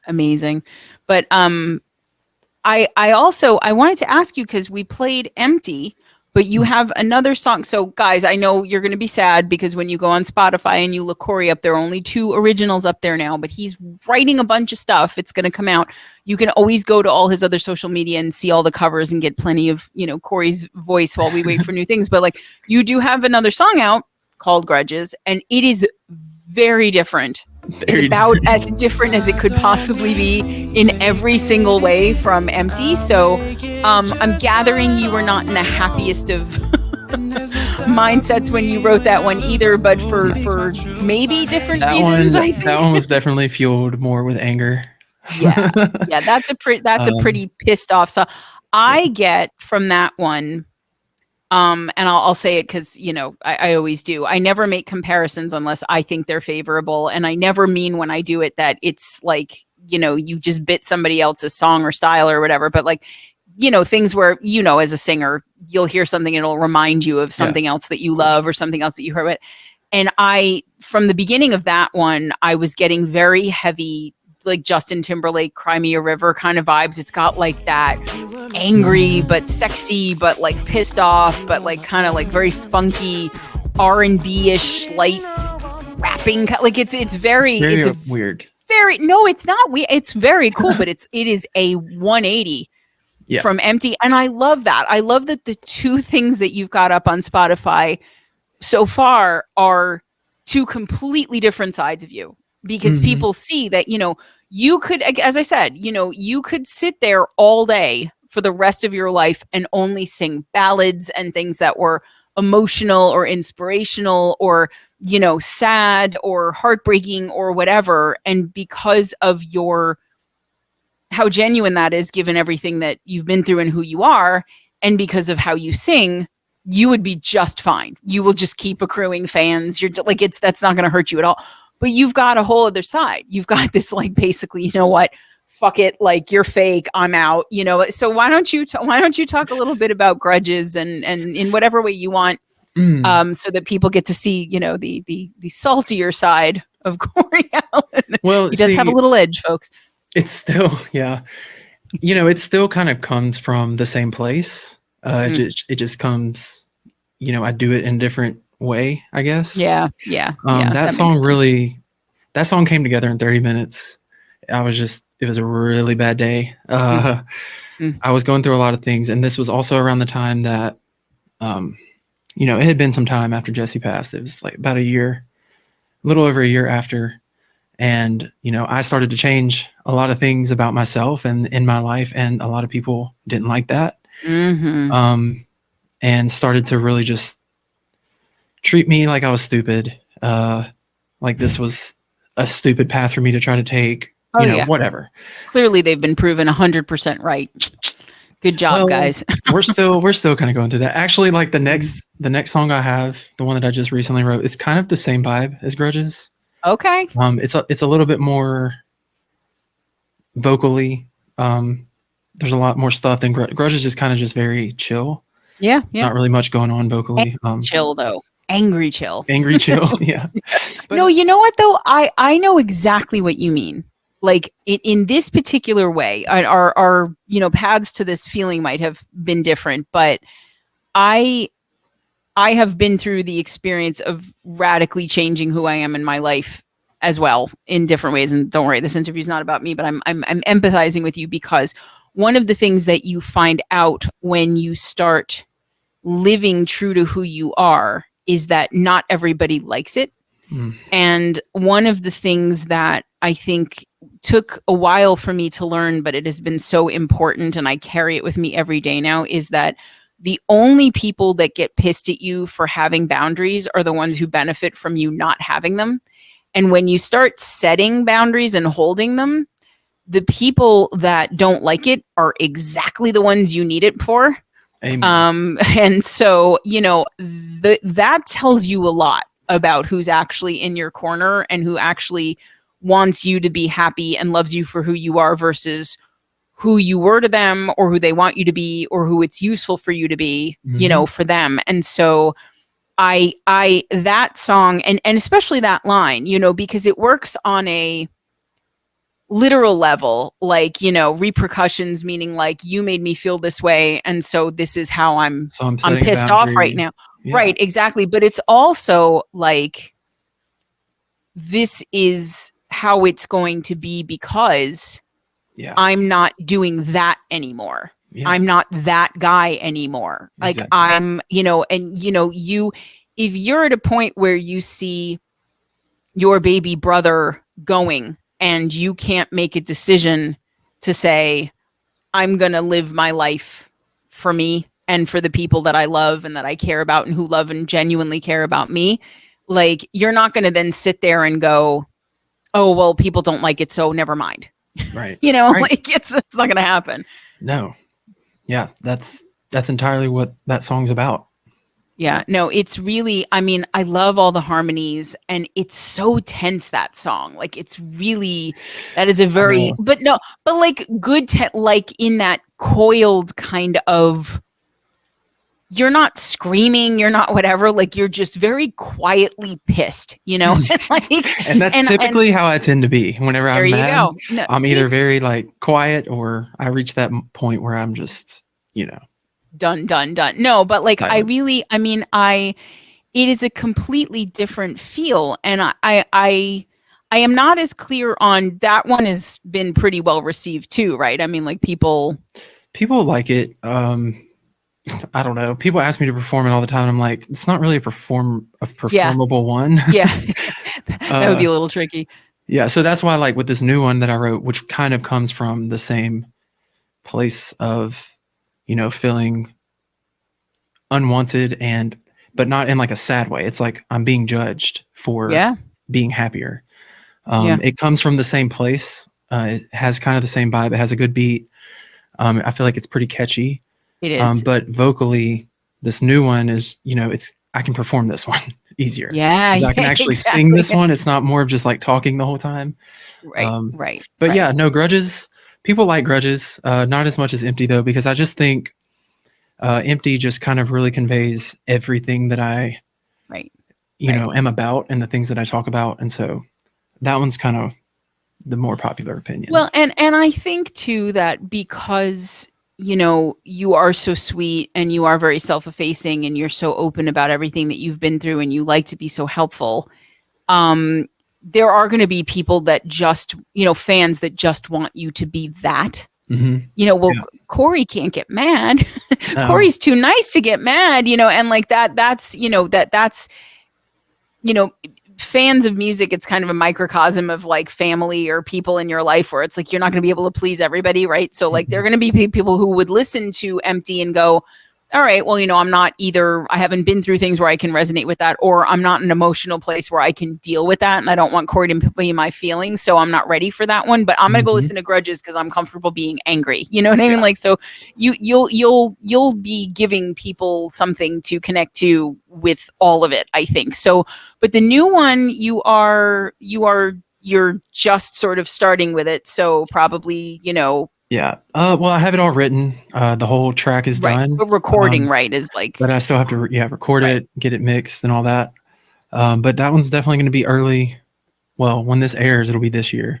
Right. Yeah. So not very long. No, pretty soon, guys. So, pretty soon. But no, and I mean, so when you do sit down to write, it sounds like from the descriptions of Empty versus Grudges, it's different for each song, but like what's your process kind of? Is it like, do you sit down and it just pours out of you? Do you sit down and you are really like pushing through and it's taking a while? Does that change depending on what you're writing? It's really different. Okay. Every time. I've written a lot of stuff. And my problem is like I'll start a lot of things and then I'll, stop at the chorus, and then I'll start something else, and then I'll go back to this one like later on. So I have a lot of like unfinished stuff. Sure. But no, my writing process is so weird because I can go months, without feeling creative or like feeling like there's anything that I need to write about. But then like all of a sudden it'll hit me, and I'll come in this room and I'll just sit. It's like I can feel it. It's like there's just something I need to get something done with this. And it'll just come out. It just pours out. Okay, yeah. The longest, Empty is the only one that took me quite a while to write, just because I think that was so deep. Yeah. And I really wanted that one to come across in the right way. And it was very hard at that period in my life. It was very hard for me to stay just on that one kind of topic. I would write a line and I'd be like, that has nothing to do with what the song's actually about. And so I'd have to start, But usually it'll just, especially these anger ones, man. Like, it's a good way. It's a good way to channel my anger because that will just it'll just come out and then I'll feel better.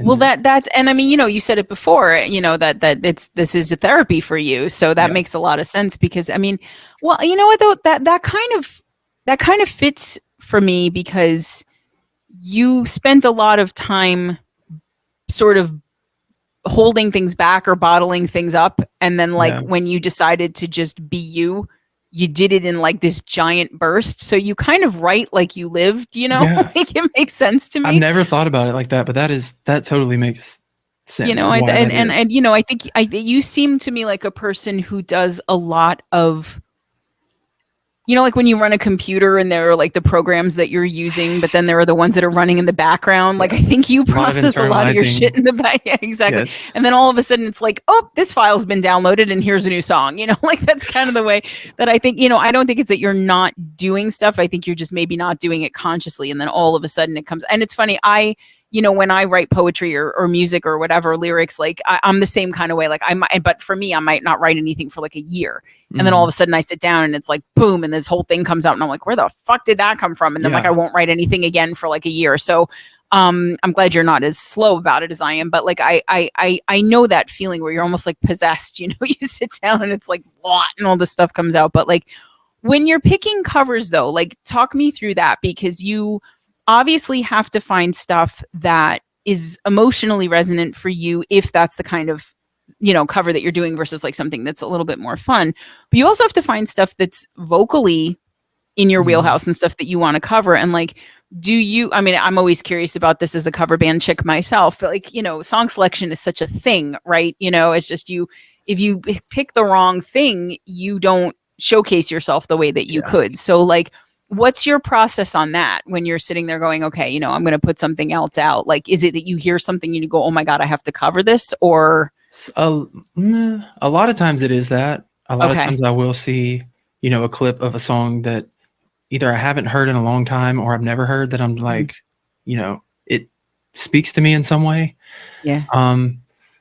But then a lot of times I have a group of artists that I like to pick and choose from. Okay. But I've always for some reason just been able to cover the female things better. Yeah. And I don't know, why that is. It's just like the male things. I don't know. Maybe it's just that they don't go as deep as like female lyrics do most of the time. I know a lot of men do have deep stuff, but sure. I think I don't know. I enjoy singing the female things. To bring this up again from Justin to Kelly, the movie.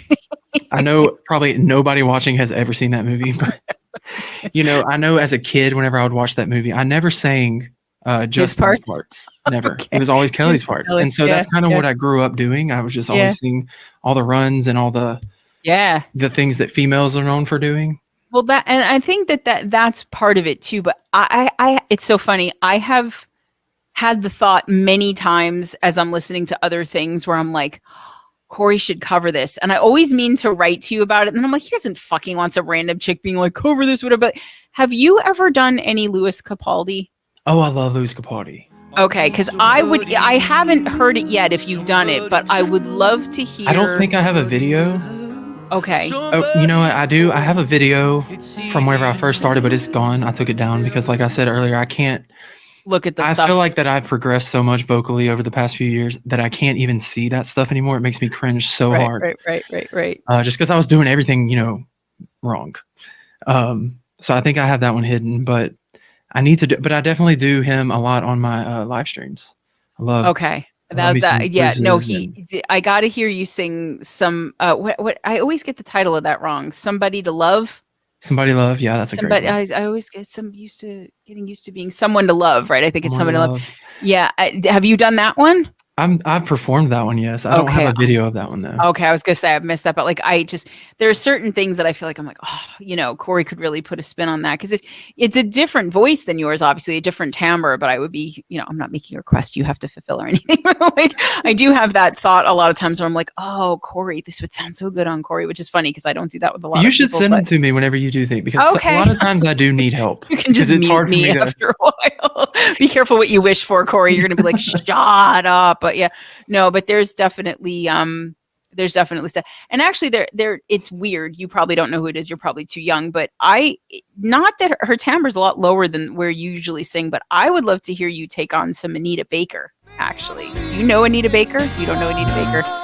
Anita Baker. Give her a listen. Yeah, give her a listen. Tremendous voice. She was big in the 80s when you were not in existence yet. But like, but yeah, no. So, I mean, anyway, I'm not going to take up your interview talking about things I want to hear you say, but this is a good sign, guys, that like, I'm like, oh, and I want Corey to do this and I want Corey to do this. And I'm okay. No, I love suggestions because I need help a lot of the times because I'll get stuck in like this one. I'll be like, let me sing Billie Eilish, and then I'll sing Billie Eilish for months. And I'm like, I need to switch it up. She's another huge. She's a huge inspiration of mine. Yeah. For you. Yeah. So like, was it one particular song? Is it like just because I mean, like, I know people have a lot of opinions, but like, there's nobody like her, like there's nobody that does what she does, whether you like it or not. Like, yeah, she's definitely not everybody's fan. And I don't know. I feel like maybe that's why, I mean, what I meant to say, everybody's definitely not a fan of hers. Right. I got you. And I feel like maybe that might be one of the reasons why I like her. relate to her so much is because I kind of feel the same way. I feel like not everybody likes what I do. But I can't understand why the people that for some reason hate her, why can't they at least just respect what she's able to do? Because she does do things so differently. Yeah. And I feel like if anything, that just deserves some level of respect. I agree. I agree. Yeah. I do. But Yeah. no, Anybody that's doing I something discovered her. I discovered her when I was really going through a bunch of dark shit. This is before I even knew that I was gonna end up going after music as a career. Okay. So back in 2018, 19 time is whenever she really started becoming popular, That and sounds right. Yeah. every single one of her songs spoke to me on such a level. It was like every word, because she's very into the mental health and like writing about, Oh yeah. darkness, and I really resonated so much with her stuff, and just absolutely became obsessed, and still to this day I am. I just love her. Yeah. Could not imagine meeting her.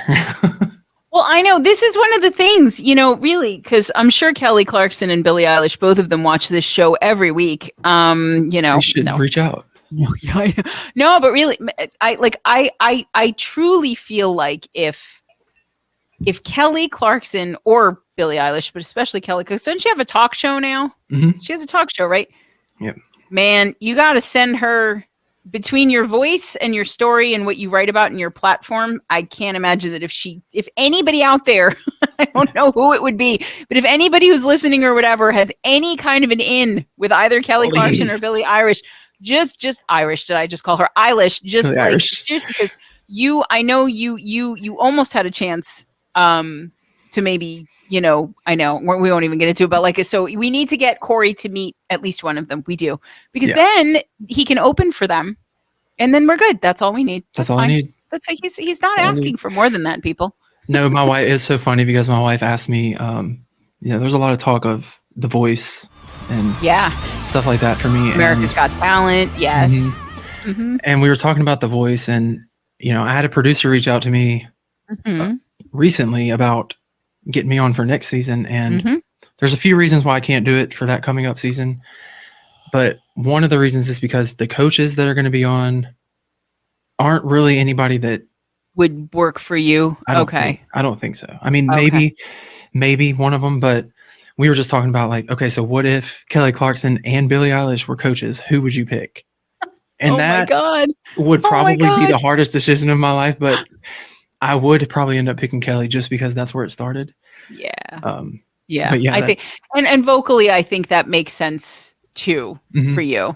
I love that we're planning who you're going to choose when Billie Eilish and Kelly Clarkson magically are both judges, coaches on The Voice on the season that you get picked, and then you have to choose. I love that we're already working this out, but no, but really, Corey, seriously, what about, I mean, I know Idol, there's the age cap or whatever, but what about in America's Got Talent? What about something? I mean, you again seem tailor-made for that kind of thing. You're going to get up there, you're going to be all cute and nice, and you're going to have this huge desire to help people with your platform, and you have, such a story that, I mean, let's be real, these shows love sad story, they do, they love, I mean, everything that's you always know when they start the piano intro that there's going to be a package that's going to make you cry or whatever. You have all of those elements, not that you would ever market anything that's not what I'm saying, but no, I know what you mean. I know you exactly what you mean. As an artist and as a person and as somebody that would be so beloved on a scale like that, is there why aren't you doing it is basically what I'm trying to ask you. What it seems someone's offering you a great piece of cake and you're I don't think I'm gonna do it. Why wouldn't you do this? This just seems like such a natural. And if you don't want to say because there's stuff, then you don't have the reason why I can't do it this year is because we're moving. My wife and I, or my wife, my daughter and I, we're all moving out of state. Oh, okay. Right around the time that filming starts. Oh, that's a lot. Yeah. Okay. Yeah. So okay, we're supposed to get back in touch for the next season. So I'm gonna say, never know what the future holds. Okay. But yeah, it's definitely something. It is definitely something. Go win America's Got Talent while you're waiting to get on The Voice. Can we just do that? We could, you can multitask like that. You can move and win America's Got Talent, and then go be on The Voice the season after that. It's award-winning. America's Got Talent winner Corey Allen, and now he's on The Voice.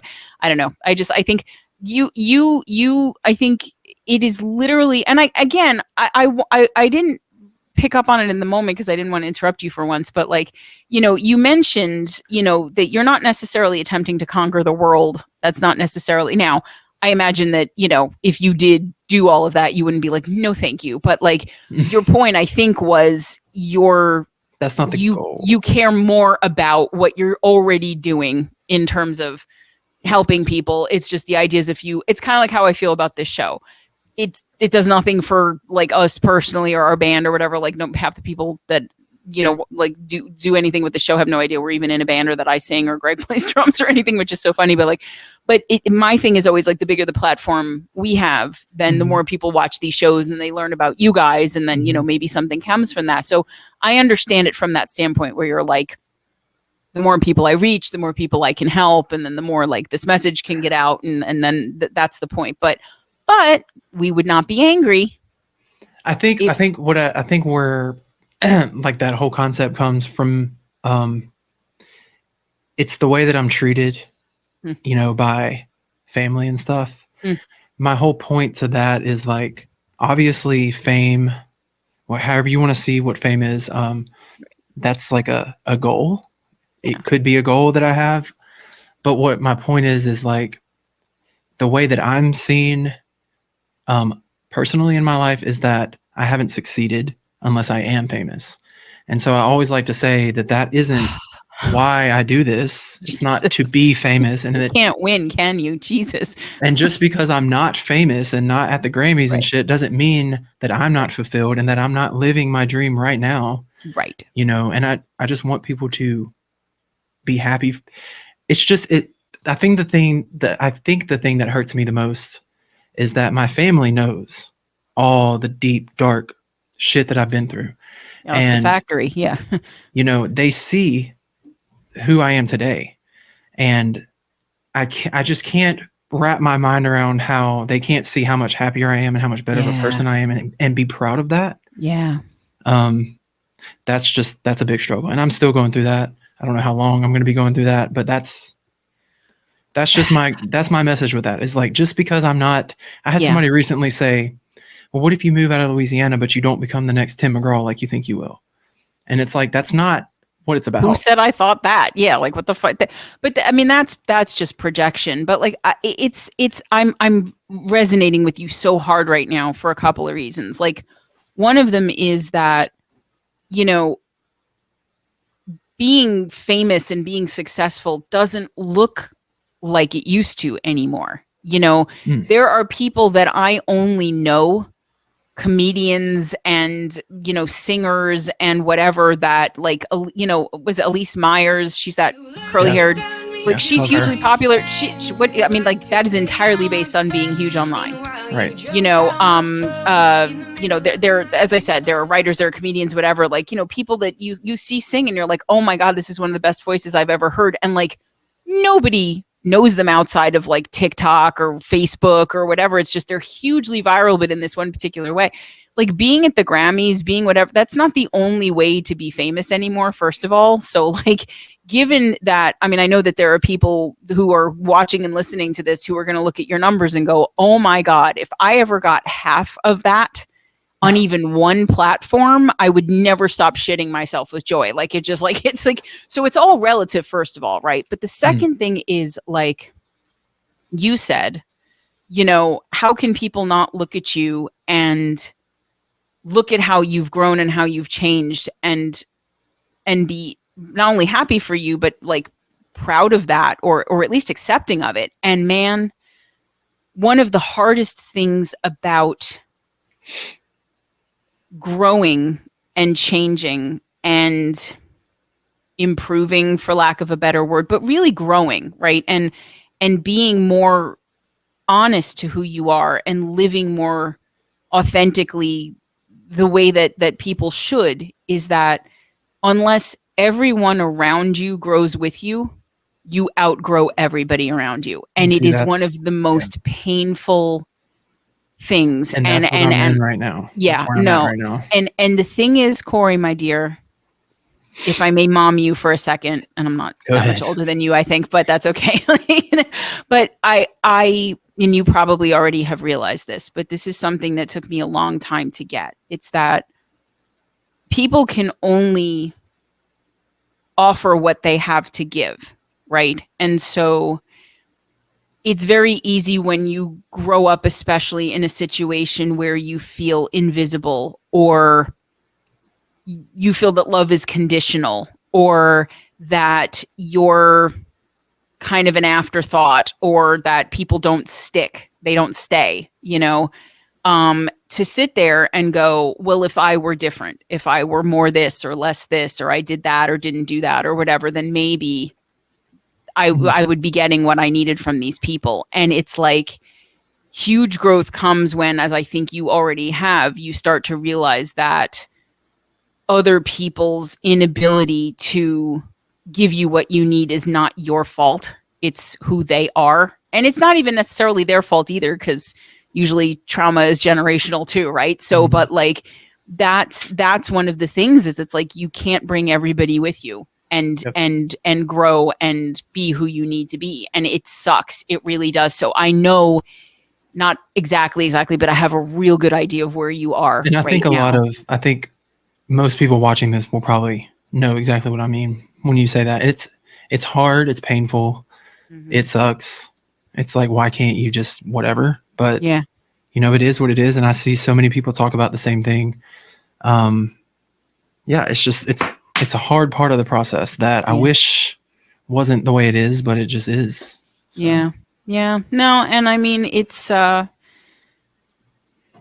think one of the beautiful things about community and the fans that you have and that you're building and whatever is that you do have avenues to see that there are people out there that are going to get it, and you have opportunities to connect with people that are more on your wavelength. And it's one of the things that I love so much about this indie music community on Facebook, that we kind of all, it's like a cool kids table made up of the kids that sat at the unpopular table.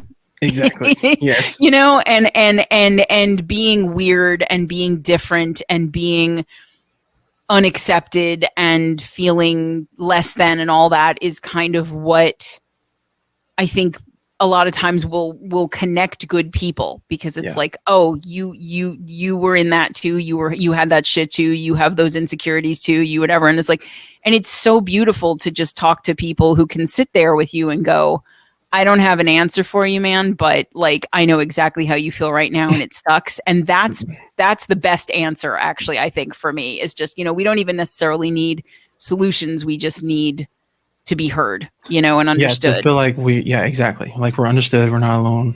And you are giving that back already. And I think that's just tremendous, that even when you're still in the turbulence, you're trying to help other people land their plane, and I love that, and I think there's a lot of value in that too, because there's one thing, I mean, Aubrey from the Wormwood Project and I were talking about this, like there's one thing where like you write something from a place of like, oh, well, I was like this, but now I'm past it and I'm here and I'm going to share my wisdom with you, versus like, like I'm maybe like 3 steps ahead of you on the staircase, but I'm climbing the same stairs as you are. And like, let's be in it together. Like those are two different things. And so, it doesn't surprise me that you're producing a lot of stuff quickly, and a lot of it seems to be more angry, because that seems about right for where you are in the process of things. But, okay. Yeah. So just before we wrap up, I just wanted to mention you do a lot of live gigs. You're,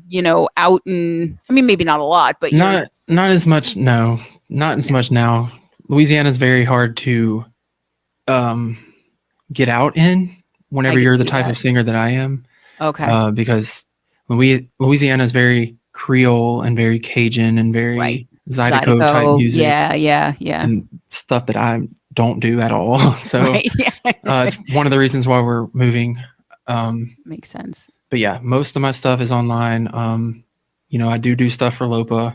Yes. I have quite a few weddings for next year that makes so much sense. That's such a good market for you. Oh my God. But they're all over the country. So we're still working that stuff out because, not everybody wants to pay for travel, which I get.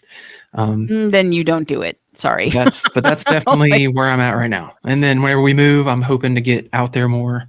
Yeah. Definitely for 2024, there's going to be a lot of new music.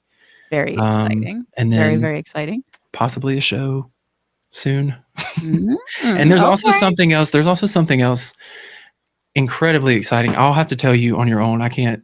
Okay, that's fine right now, but okay. Sorry, guys. Something very big, and that's the other reason why I can't do the show this year. Okay. So, all right, that may assuage my disappointment that we're just not going to put you on literally every single reality talent show that there is all at once, because that was sort of my managerial plan for you. But okay, fine. If you have some, I'm not going to tell anybody, but at some point you're all going to find out. So just this is if it all works out the way it's going right now, it's definitely going to be a huge announcement. I can't wait to share it. So okay, I'm excited. I think I might maybe know what it is, but I'll ask you after. So okay.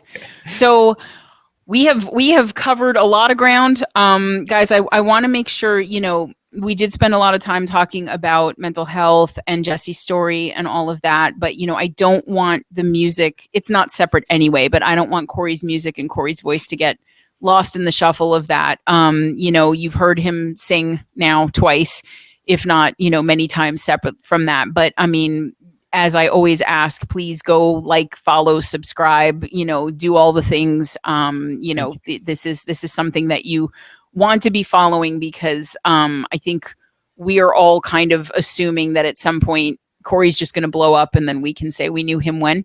But not that you're not already blowing up, but you're going to be even more blown up than you are now, but in a non explodey PC all over the place kind of way.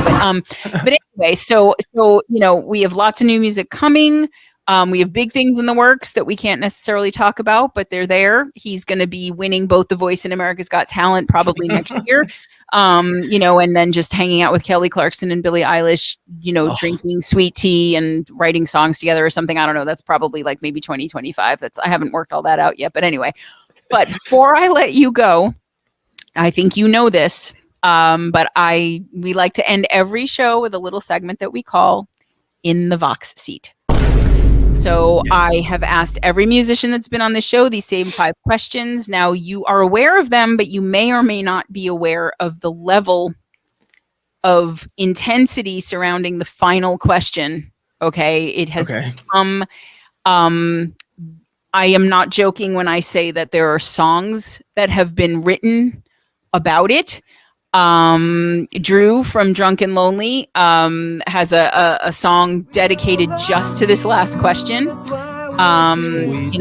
It is a you may have to consider your brand carefully before you answer this, because it is a career making or breaking answer that you're going to be giving tonight. But let us begin with the less politically charged question. So, for your originals, I would say more than anything else, if you had to describe your music in 5 words or less, what would you say?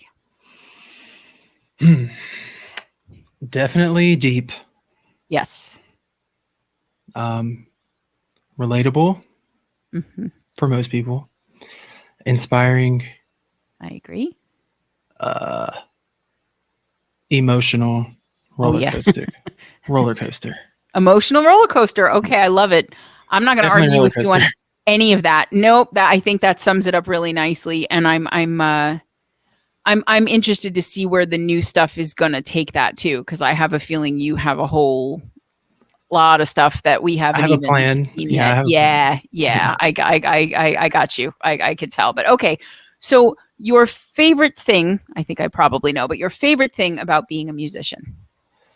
Oh yeah, definitely. There's a lot of great things about it, a lot of fulfilling things, but the most important thing to me is being able to inspire people and, being able to show people that, you can come from, really dark places and you can be very different from, it might feel like you're very different from everybody around you and like you have no purpose, but you are just as important as, the next person. And I think being able to do that in a way that I am able to, and being able to get that feedback from people, it's one of the most rewarding parts of it for me, for sure.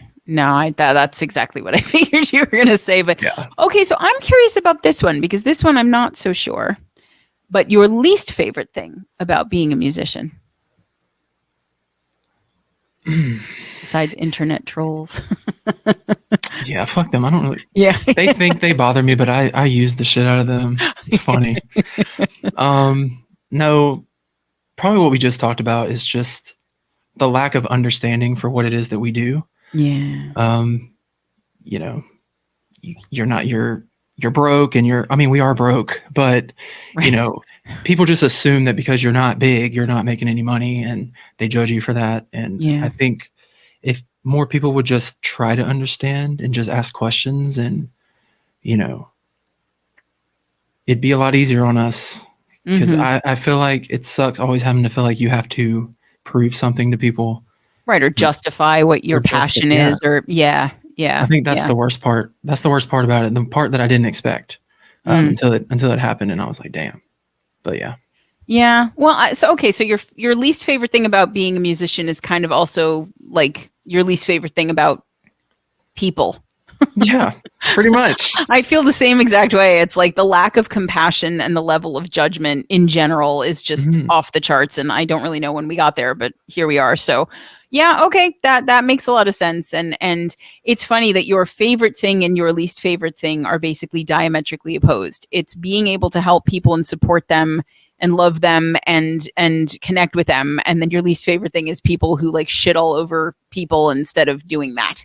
So that works together quite nicely. But okay, now we've talked about a couple people, but so I'm interested to hear what this answer is too. And a lot of people hate this question, but if you had to choose just one album to listen to for the rest of your life, that is the only one you get. Which Kelly Clarkson album are you picking and why? It's actually not Kelly. Oh, we're not going to send her this clip. Okay, that's fine. That's fine. Is it Billy? Well, I mean, it could be because she's definitely covered a lot of this. But no, it would be, and I don't know. People are probably gonna think I'm crazy, but it would definitely be Billie Eilish. Her album from 2018 is when it was released. It's called "When We All Fall Asleep, Where Do We Go?" Okay. That's the one that speaks to me the most. That's the one where you were like every single song is resonating with me. Okay. And she was going through at that period, and her life was going through a lot of the things that I was going through at that same time. And so it would, and it's like my stuff. It's very up and down. There's a lot of there's a lot of upbeat hits on that album. There's a lot of really deep stuff. So that would so be the one that feeds all of your facets. Then yes, you're covered on all. Okay. Yeah, it's fun. Wow. And it's sad, and it's Okay, it's Billy. All right. So this is the part of the interview we'll clip and send to Billie Eilish. Yes. There you go. So we've got our Kelly. So yeah, we've got that. Yeah, we'll send the whole middle to everybody, but we'll splice that for you, Corey. Appreciate it. Or we'll just do a thing where we film this and we dub over where you say Billie Eilish and it's like Kelly Clarkson, something like that. But okay, here it is. We are at this point now. The final question. Give me a moment to settle the crowd. Okay, I have to do this now every episode because it is a whole thing. So freaky things right now. Freaky. I know you're saying right now, I really like you, Corey Allen. Don't screw this up. So Freaky's definitely hoping that you're going one way. Okay. Yeah, Dom from Jam Steak, getting close to giving up, I think, on his position. Not entirely sure. And then Rob from Anger Overdose, because we have to mention Anger Overdose in every episode, is probably trying to stoke fuel on both sides. But there you have it. So I'm telling you guys, whatever he says here, we still love him. Okay, so keep your shit together. Here we go. Corey Allen, yes. Future winner of both America's Got Talent and The Voice. Best friend of Kelly Clarkson and Billie Eilish. This is the question of the night. Your toilet paper, when you put it on the holder, does it come from over the top or under the bottom, and why? We don't fuck around on this show, Corey. We don't. Definitely over the top. Okay, Freaky really loves you, and Dom is like, damn it. Okay, so what's the why? This is actually a valid argument between my wife and I. Oh, yeah. Okay, wait. She's very under. She's very under. I'm very over. Wow. Are you a bi-roleus household, or does one of you win and it is consistently in No. one direction? I win. It's always over. Wow. Okay. So the reason why, Okay. I don't know, it just makes the most sense to me. It makes the most sense to just, I feel like if it's under, you might have to touch it with two hands versus if it's over, you just kind of grab it. Okay. I You don't want to know. one-hand it. Okay. I don't know. And We've because heard- it's the opposite of what my wife thinks. So that's why. And that's what keeps a marriage healthy. It's that sort of, That's it. fiery sexual toilet paper-based tension. But no, we've heard all manner of explanations on this show. One of the most popular reasons, and this surprises me, for why people don't do under is because they don't want their toilet paper to touch the wall. Okay. It's too All right. close to the wall. Yeah, that too. That's what JD said. Why would you want the toilet paper against the dusty door or against something that an insect may have walked on, like a spider? No disrespect to the spider community out there. Under, I would give the chance if it's approximately 2.5 inches away from the wall. Now, this is going to require a little bit of an extension kind of toilet paper holder. But if it's up against that damn wall, as much as I am for spider love, I'm not for that concept. When you're in a bathroom, usually the walls are tiled. Sometimes they have wainscoting. These things collect particulate matter. And with the stuff that you're doing in there, you have some poo particles, or like I call them pooticles, that float through the air and get stuck on this other particulate matter, which gets stuck in the grout, on the wall, on the wainscoting. When you flush, it helps a lot. But okay, yes, okay, go ahead. Your pooticles, Yeah. go ahead. Yeah, but I mean, you fart, it floats through the air. And anyway, so I don't want wall crud in my balloon knot. It's got to go over. It has to go over. And here's Oh. why. Here's why. Okay. If it goes under, it will touch the wall. You and JD from Death Pigeon need to talk. Wait, what? You could get a bug on there if it's butting up against the wall. You'd Yeah. never know. But if you turn it around and it's over, it's not going to touch the wall. You'll see it. I'm going over from now on. That's my final answer. That is a big, yeah.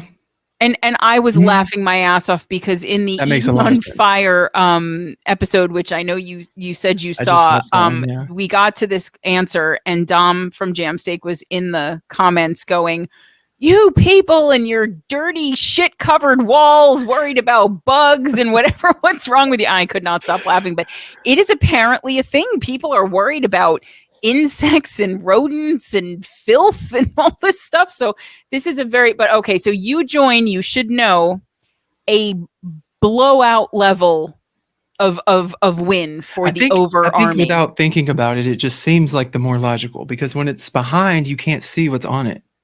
So you're just grabbing it. But when it's over, you're seeing every piece of it come. I suppose. Although it does have to go by the wall every time it comes around, but it's not lying against it. So, okay. Yeah, no, we have yet another member of the over army. I think we are at, it's something like It's a lot. 90% of the answers have been over. And then I think more people have an other, like they don't put it on the holder at all. They, we got one guy wants to put it on a paper towel holder so that it's sideways. We got people that just, they use baby wipes or bidet. We have all manner. But you join an illustrious and large over army in this moment, Corey Allen. And so I feel like you've sided with the populace here. Popular vote, Yeah. So, Okay. but Dom's going to still love you anyway, I'm sure, because Dom Okay, loves, well, I hope so. Dom's good people. He loves everybody. So Corey, thank you for sitting for one of what's probably the weirdest fucking interviews you will ever do. It was a great time. I really appreciate it. I adore you and everything about what you do. And while I deeply, deeply wish that you didn't have all of the stuff that you have in your past that has gotten you to the point that you are with helping people, because empathy is a gift, but usually the box it comes in sucks. But you are, you're such a good person. I was going to say dude, and I stopped myself. You're such a good person.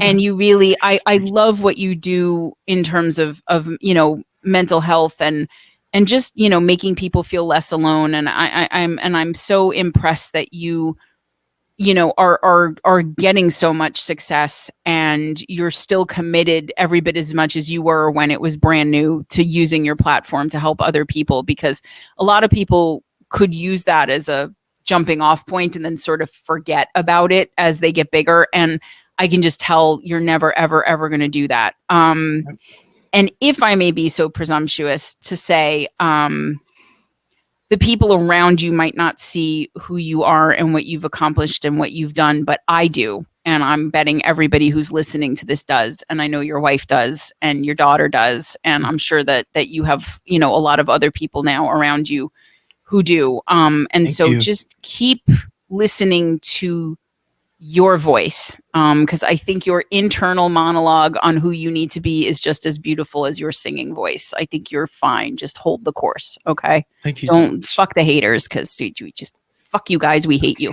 You don't even get toilet paper. Yeah. That's right.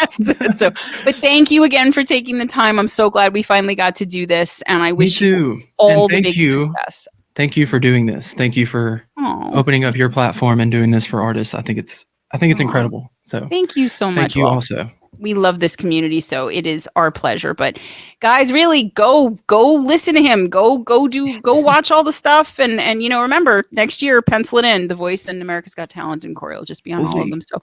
So thank you guys. That's another Vox and Guest in the books. We'll see you next time. Bye. Thank you.